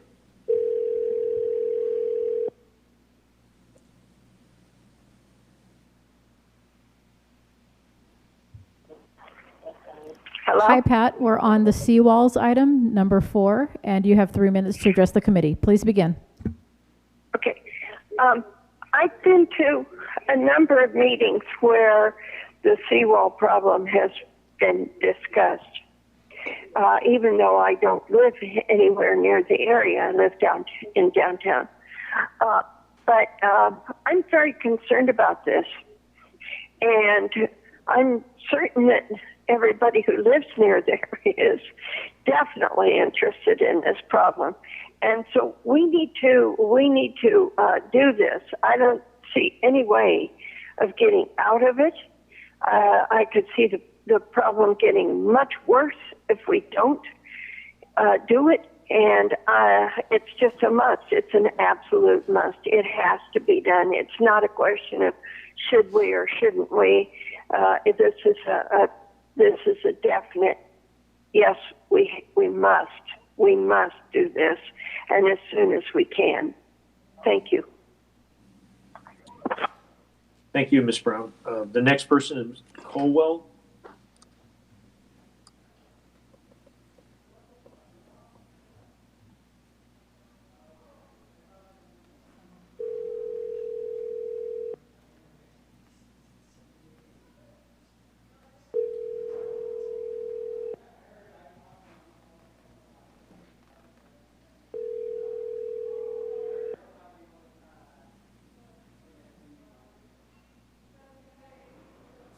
Two, 1, 3, 2.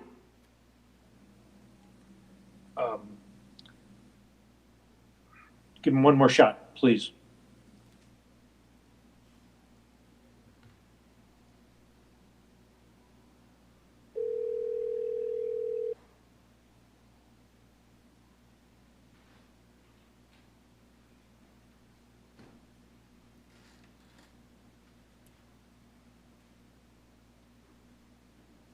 I think he refused the call.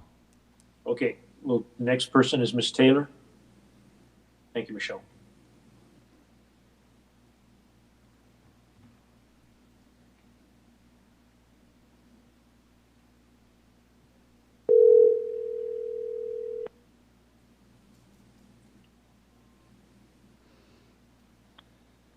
Good morning, this is Carol.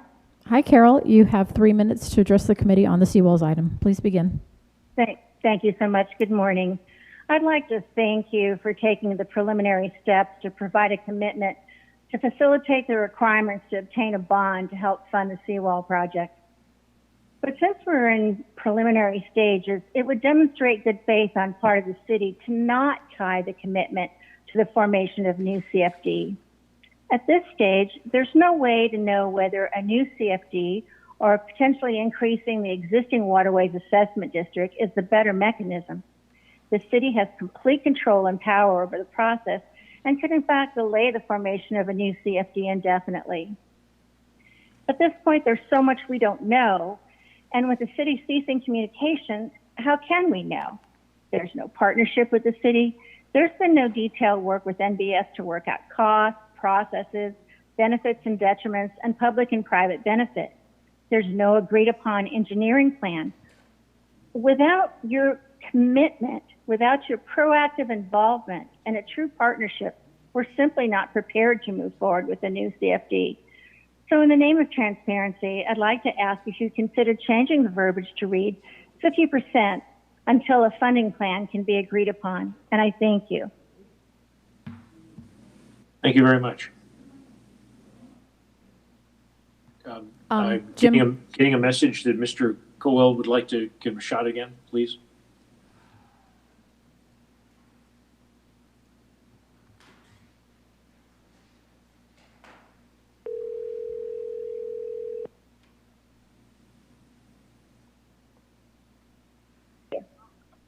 Hi, Jim. We're on the seawalls item. You have 3 minutes to address the committee. Please begin. Thank you very much. My name is Jim Cowell. I'm a resident of the harbor. I appreciate the effort of staff and committee to propose an action, but this is not the right step and certainly not being done in collaboration with the community. The Tetra Truck report was completed in April. However, it was not shared with the community or the HOA until yesterday afternoon.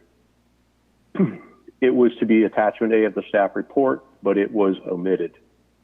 The city had this report for 3 to 4 months and had not shared it with the HOA, certainly more than an oversight. We have asked to be included in the process, public meetings, progress updates, and draft reports, and the entire time we have been stonewalled. An example is an email of 5 March from the city engineer. Hi, Jim, we'll be able to share the project milestones and regular updates to public meetings that will be held throughout the study process. Regards, Tatiana. There was never a public meeting I'm aware of. At the February 2020 HOA meeting, the city presented one alternative, the sheet pile, which the staff has since concluded is not feasible due to the impact on navigable waters in the back basins. The staff report, but it was and costs 70% greater than the now preferred method. This is not what good looks like. Now, one might say the final report arrived in March and staff was not aware of the final recommendations.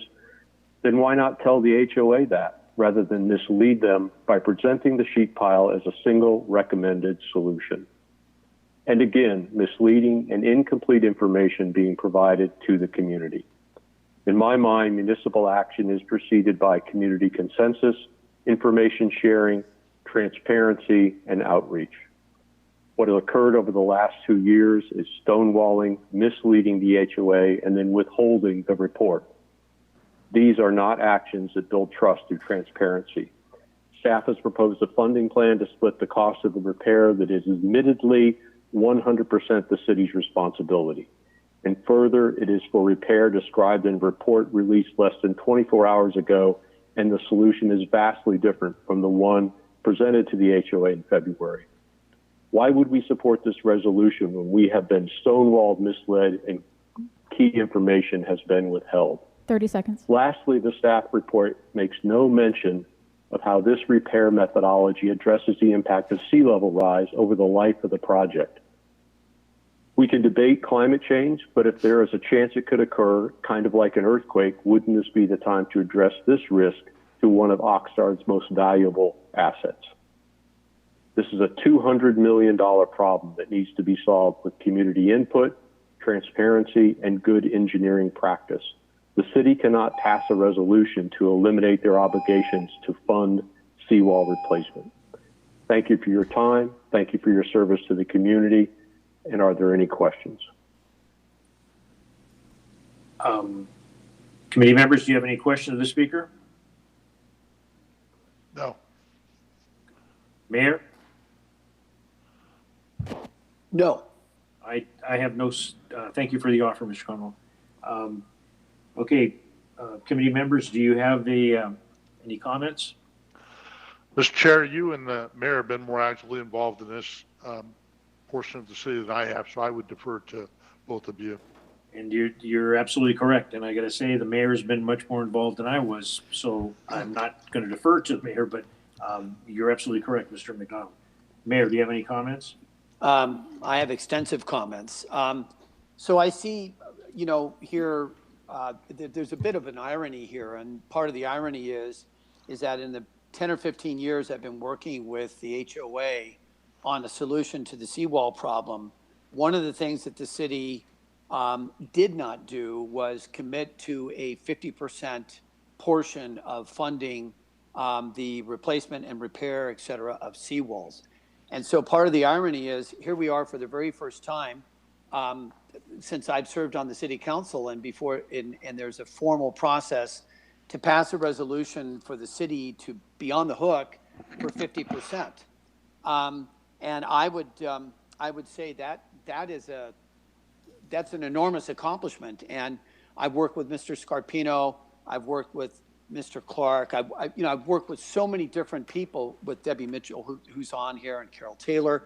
I've worked with so many different individuals, and one of the things that where there was a consensus, I would say a consensus, people didn't always agree, but there was a consensus that the city should be on the hook for 50%. And I've attended every one of those HOA meetings where that topic has been brought up, and it's, look, Mayor, where's our 50%?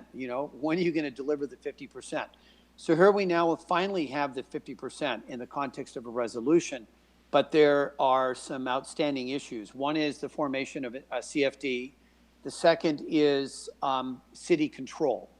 And this is a tightrope act on the part of the city, because when I hear from the residents that just spoke, and they said, look, we just got information yesterday, there was supposed to be a public meeting, et cetera, et cetera. I've been privy to this information as time has gone on, and then I've made inquiries to the public works director, to the city engineer, to the city man. I've had discussions. I haven't let this go. I've had discussions, and I've tried to guide this, to the point where we are right now.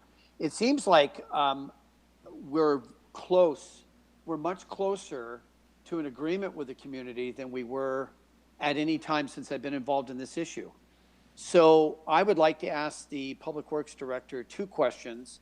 One is, it's been suggested by one of the speakers that the city commit itself to 50%, but not yet commit to the funding mechanism, which is the CFD. What would be the disadvantage of going to doing exactly that, committing to 50%? And then, of course, this is we got to make sure we clarify this. This committee of 3 members does not make a decision on behalf of the whole council. The whole council, we would be making a recommendation to the council that the city pay 50%. And then I'm sure there's going to be a very large public process, right? When members of the public find out exactly where we are, because I think that members of the public at large don't know this is going on. So my question is, why would we, could we not commit to a CFD? Could we commit to 50%? And what would be how would you work that out? And that's the question for Rosemary.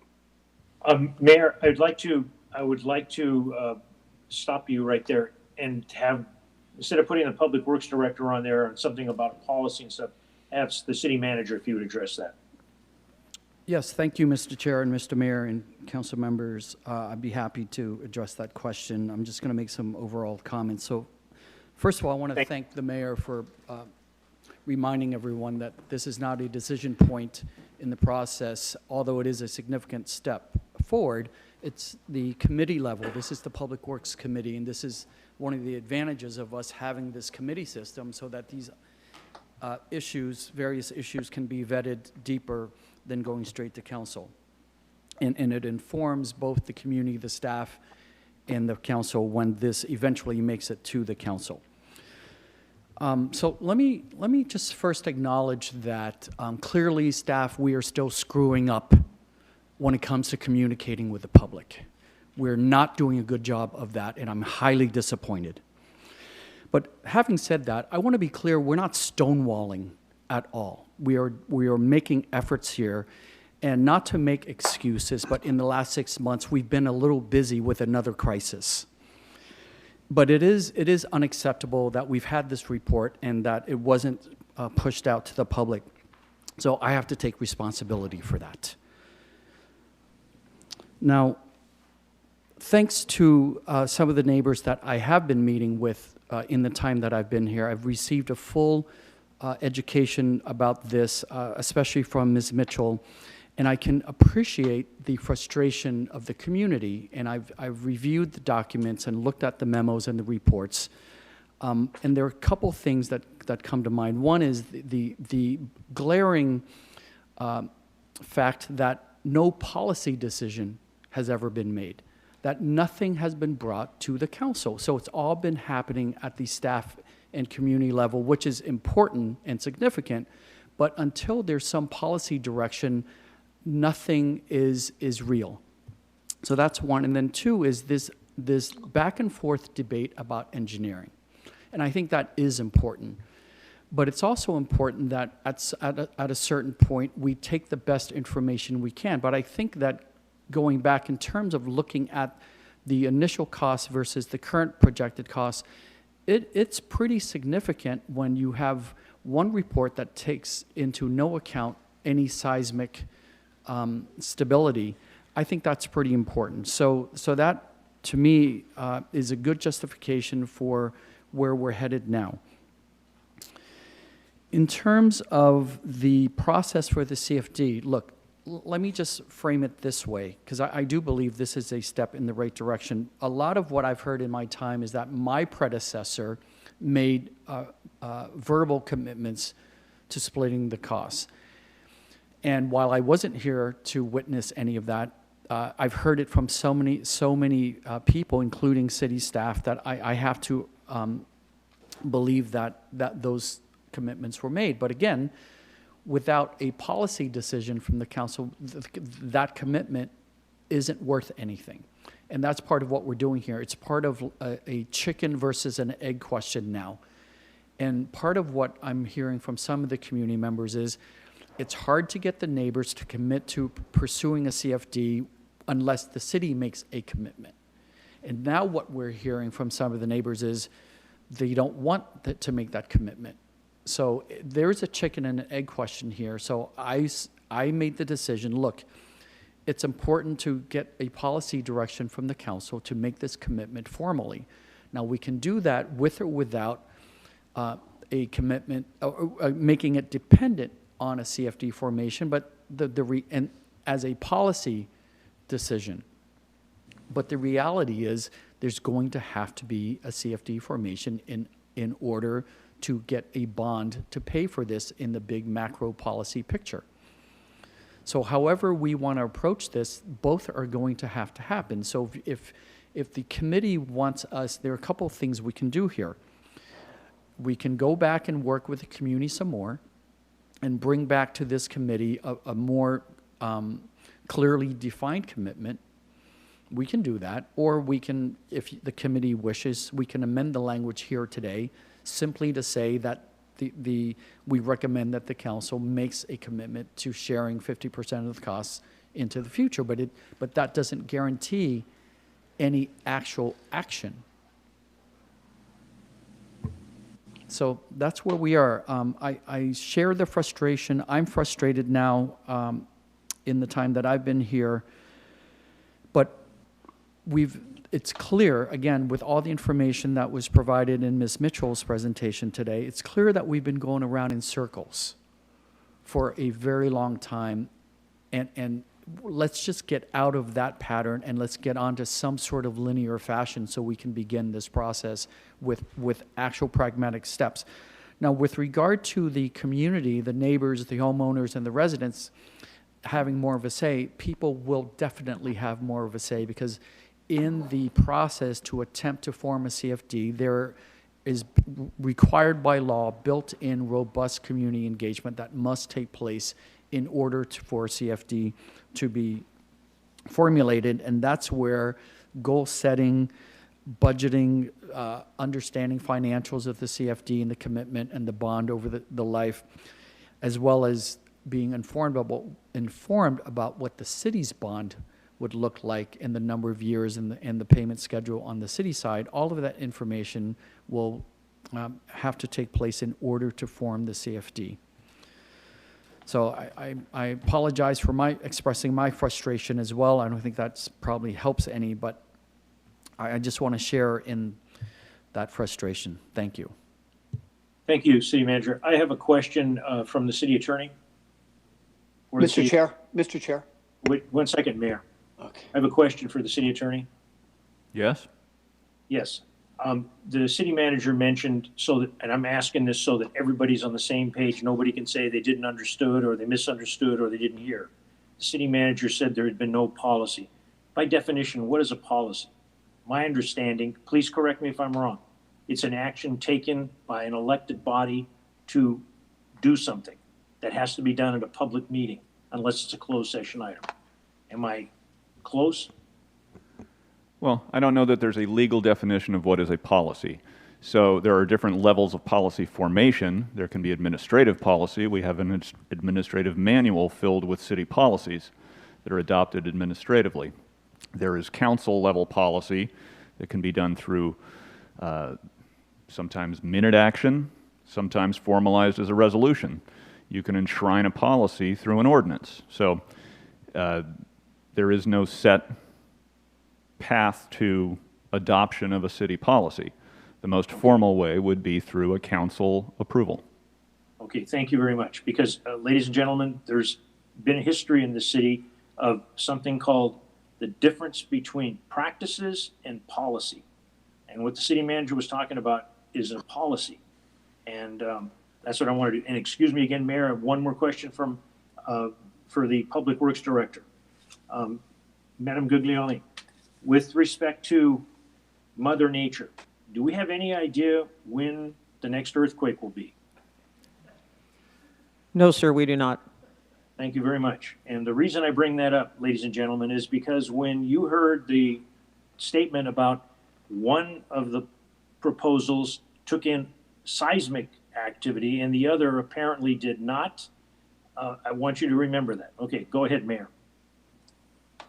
Thank you very much, Councilman or Committee Chair Perello. And I like the City Manager's response about this. And I'm glad that what we need to do is regroup with the residents, and we got to have buy-in on this plan, because we could pass any policy, but if we don't have a buy-in from the residents that are going to be most affected by this, then we're not doing the right thing. And I appreciate the City Manager stepping up, and I appreciate the City Manager stepping up also and getting this on the agenda, because this is the first discussion about our cost sharing that we've ever had really agendized. And so that is an advance forward.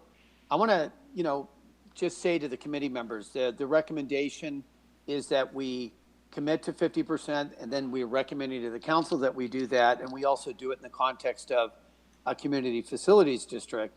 I would like to see some progress made, at least on the 50% side, and then leave the CFD issue alone, have to do exactly what the City Manager said. Go back. We need to work with the community. We need to vet this further.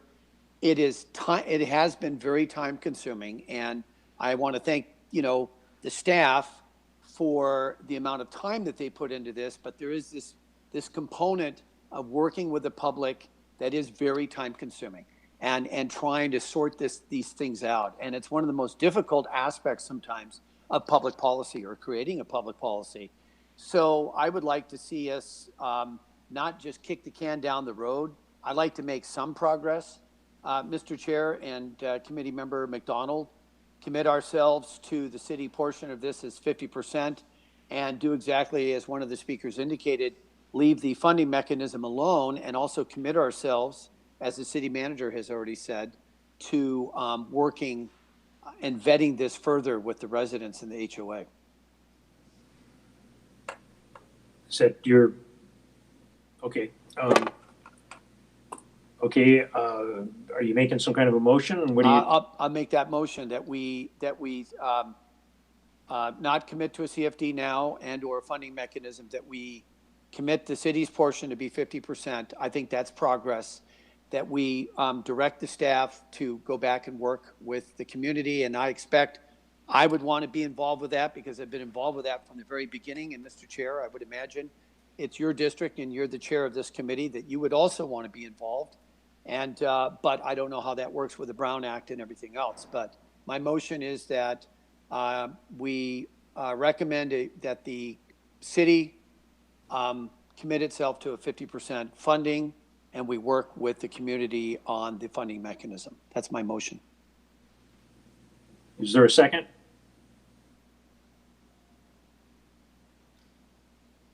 I'll second it. Okay, roll call, please. Member Flynn. Aye. Member McDonald. Yes. Chair Perillo. Yes. The mayor's motion carries 3-0. Okay, I would like to make a comment before we get to the next item. The passion involved in this and the passion and the financial obligation involved in this is tremendous and it's very evident. But sometimes comments, and myself, I can make comments that sometimes I regret. But the implication of the stonewalling and various things like that, there have been a lot of things going on in this city in the last 2 years. I came on board and went to my first meeting where this came up, and I was stunned what I was not aware of when I got on this council that had not been shared. And I get more and more surprised as things come up, and the previous manager city manager did not share everything with the entire council, in my opinion, my strongly held opinion. This is going to be extremely expensive, but I will tell you a scenario that one of them, I think it was Miss Taylor or Miss Mitchell, gave me. What are we going to do if there is a major earthquake and those seawalls fall into the water? And then the foundations upon which the homes are built are deemed unsafe and the homes are red tagged. The assessment for those homes is going to plummet and people will ask for reductions in their taxes, which is a tremendous source of income for our city of Oxnard. This is something that we cannot continually bury our heads in the sand, which I believe has happened for far too long. And with potential lawsuits hanging over our head and comments that are made sometimes, it isn't helpful because this is an issue that you got to buckle your pants up, put your shoes on, come to town, be ready to work. Everybody, residents, everybody. And I know that we are. On the next item, move to the next item, please. The next item on the agenda is the number 4. Is item number 5. Reclassification of project appropriation allocations and expenditures for state gas and tax fund, roadway maintenance and rehabilitation account fund. The recommendation is, I'll read it. The Public Works and Transportation Committee recommend that the City Council authorize and approve the city manager to number 1, 2-part recommendation. Approve a fiscal year 2019-20 budget appropriation to A, reclassify budget appropriation allocations of $390,000 for Rice Avenue Street Resurfacing Project 183113 and $132,383 for Annual Pavement System Update Project 191N01 for State Gas Tax Fund number 181.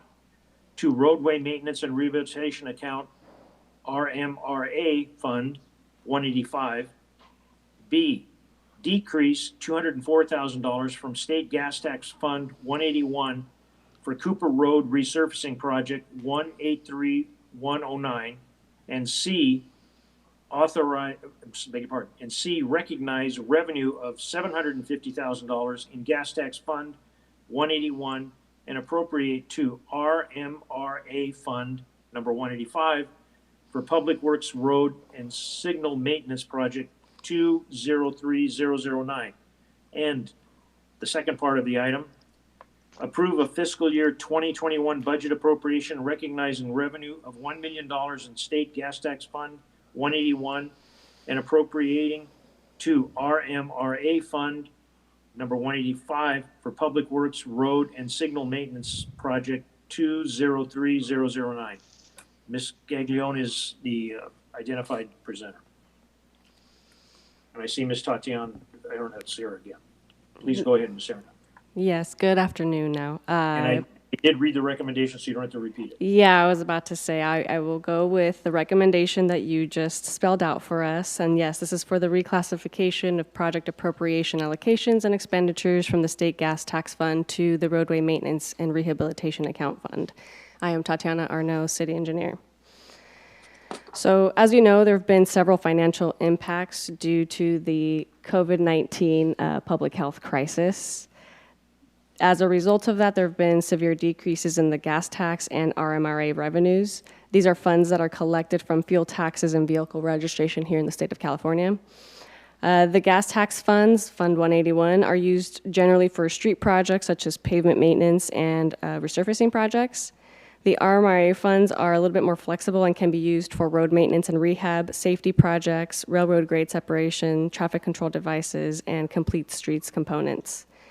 The RMRA fund is much healthier than the gas tax fund, which is estimated to have an operating deficit of $581,000 for the previous fiscal year. So in order to help the gas tax, we are proposing to reallocate funding from the gas tax fund to RMRA fund for two streets projects. The first being Rice Avenue in the amount of $390,000 and the annual pavement system update in the amount of $132,000.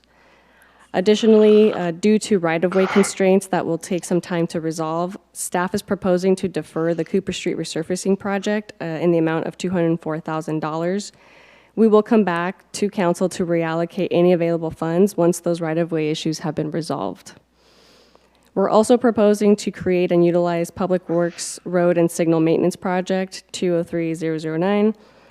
This will enable full-time staff that is currently funded through the gas tax funds to charge their labor to the RMRA fund for allowable road and signal maintenance work.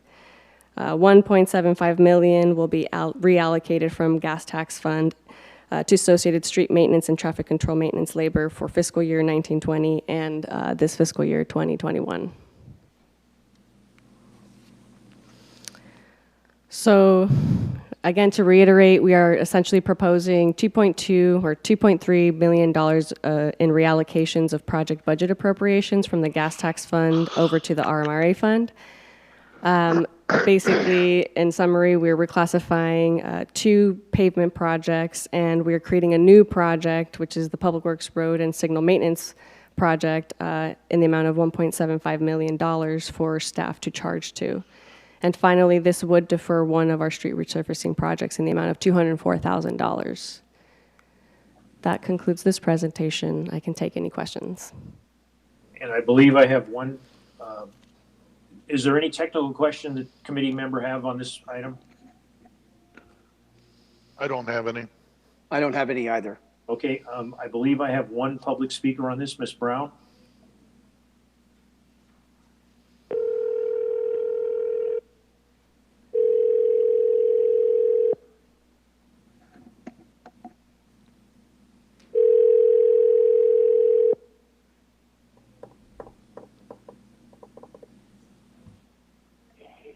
Hi, Pat. Hello? We're on report number 5. You have 3 minutes. Please begin. Okay. This problem is really, really serious. All over our streets, everything. I mean, the highway areas, the local areas, everything is we're having street problems all over, and it really has to be done. And this would be fantastic if we could use our gas tax. We all complain about the gas tax, and this is one way where we can use it, where we can all see what's happening, where our money's going. So I think we need to get on this as soon as possible and try and do as much as we can with the money that we have and available to us, and just do as much as we possibly can, because this would give a great image for the people of Oxnard. They have been complaining and complaining for such a long time about this. I hear it all over town, and about the streets and how everything's just falling apart, and the highways and the the majors and the small streets in their neighborhoods and whatnot are coming apart. And I think we really need to get on this as soon as possible. And I think the gas tax is a great way to do it because we're paying into it. We should get something out of it. Thank you. Thank you very much. Ms. City Clerk, I don't have any other speakers. Is that correct? That's correct. Thank you. Council members, do you have any comments or questions? No. Mr. Chair, I just have a quick comment to make. Go ahead, Mayor, please. Yes. Well, I think especially given, the thoughts that were expressed by the speaker and the fact that there is a initiative that's going to be on the November 3rd ballot regarding, Measure O money being spent on streets. I mean, a variety of things that sometimes this item that we have before us, these things just get lost. I mean, sometimes they're difficult for us to process and really get a hold of. But this is a staff recommendation that I will support. But I think what's important is we need to get back to the public in September, and we need to give them an overview of streets because I think we've made tremendous progress on streets given the limited resources that we have at our disposal. And I think the public deserves a well-rounded overview on what, in fact, is the situation with streets. And that should be done right when we get back in September because, anyway, I think it would be advantageous on a few fronts. So that's my first comment. My second comment is that when it comes to these, I just wanted to ask the staff, when it comes to the very first item, it says approve the budget appropriation to reclassify budget appropriation allocations of $390,000 for Rice Avenue Street Resurfacing Project. I don't know, I don't have a handle right now, and I should have asked this question before this committee meeting. I don't have a handle on Rice Avenue from start to finish about how much work needs to be done on Rice Avenue. And I have received complaints about potholes and a variety of other things. So I'm wondering if the staff could indicate what in fact is the situation with Rice Avenue outside of this, because it's hard for me to understand it in the context of Rice Avenue. Yes, Member Flynn. So last Tuesday, we had an item go to council for the approval of the Arterials Street Resurfacing Project. Yes. Rice Avenue is a part of that. So what we'll be doing is a microsurfacing of Rice Avenue, and that's a stopgap measure while the Rice and Fifth Grade Separation Project gets built. We anticipate heavy truck loading for the Rice and Fifth project, so that's why we're going with a stopgap measure now. We'll do an actual resurfacing of Rice after the Rice and Fifth Grade Separation Project is complete. I see, and thank you very much for that update. And that separation, that project, when's the completion date of that project anticipated? Because that would give, for further information about when is Rice going to be redone completely. We anticipate the completion date being around 2024 at this time. 2024, and that probably is under the best of circumstances. So, in 4 years. So this overlay that you had spoken about, and I remember that, is that a 1-inch overlay? Is that what that is, or is it even classified as an overlay? It's microsurface. It is an overlay, but it is less than 1 inch. It can range anywhere between 1/10 of an inch to 1/3 of an inch. How much time do we think we're going to get out of that? And that's my last question, because right now I'm primarily concerned about Rice. I'm also concerned about Cooper, but about Rice.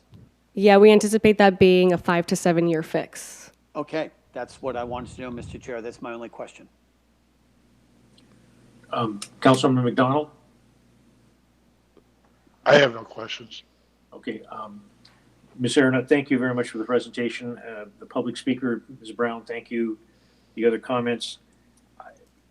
If we can get that much time out of that overlay, I'm all in favor of it. But I do have one cautionary note in my mind, a question in my mind. Slide number 4. If we can put it up there, please.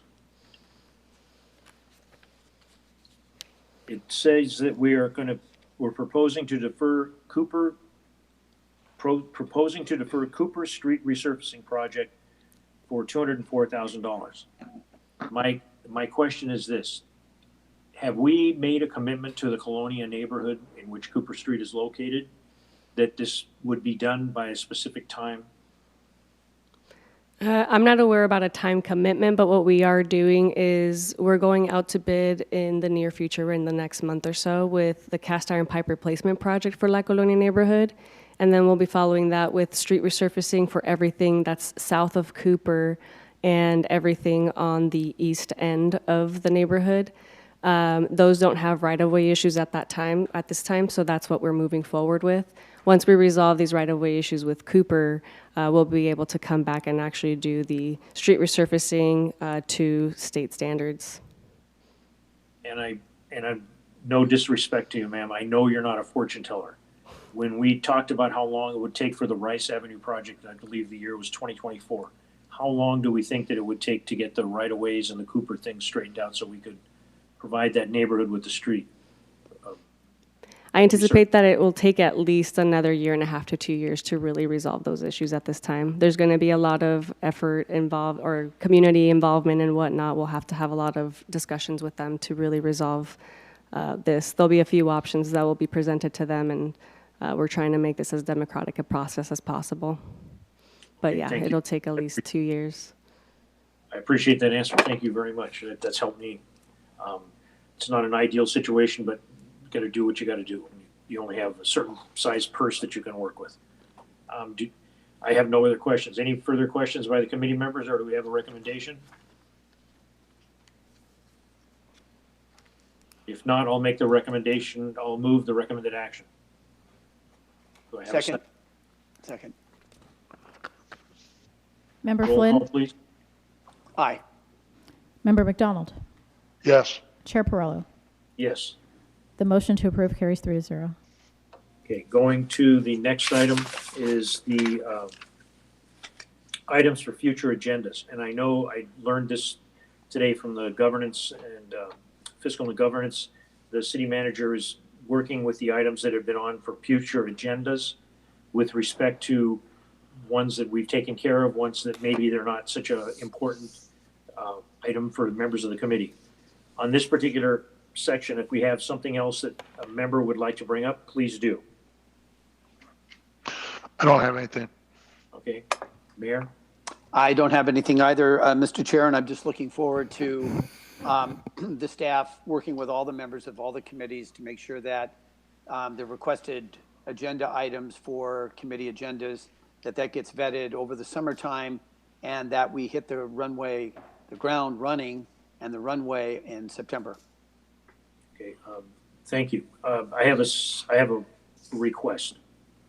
This past week, and as my practice, I go around looking for things that I can call in 311, and I came across some various things, and I shared them with members of the 311 is one of the best things going in the city of Oxnard. Not the best, but one of many of really good things working in the city of Oxnard.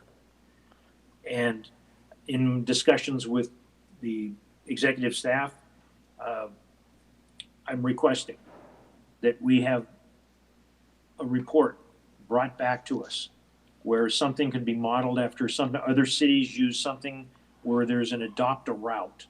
And now it was roughly explained to me in this manner. Whatever number of employees we have that work for this organization, city employees, if they take 1 or 2 routes to work, maybe 3 or 4, maybe they alternate. If they see something that would fall underneath 311, that they adopt the route and they make a point of them calling, whether it's on their way to work or on their way home, whether it's during their job hours at work, on the city payroll. If they see something to improve our city and the residents' feelings of our city, that they report it. And I'm sure that my tremendously skilled public works director can come up with something like that to give us an idea of just what we're talking about. I think we've got 1,000 people that work for this city. There's got to be 2 or 3 things that some of those people see that need to be addressed that have been there for a long time. I don't want to give examples. If need be in the future, I definitely will. But that's my request. And if no member has a request, I just hope that everybody stays safe and you stay well, and this meeting is adjourned. Thank you. Thank you, Mr. Chair. Thank you.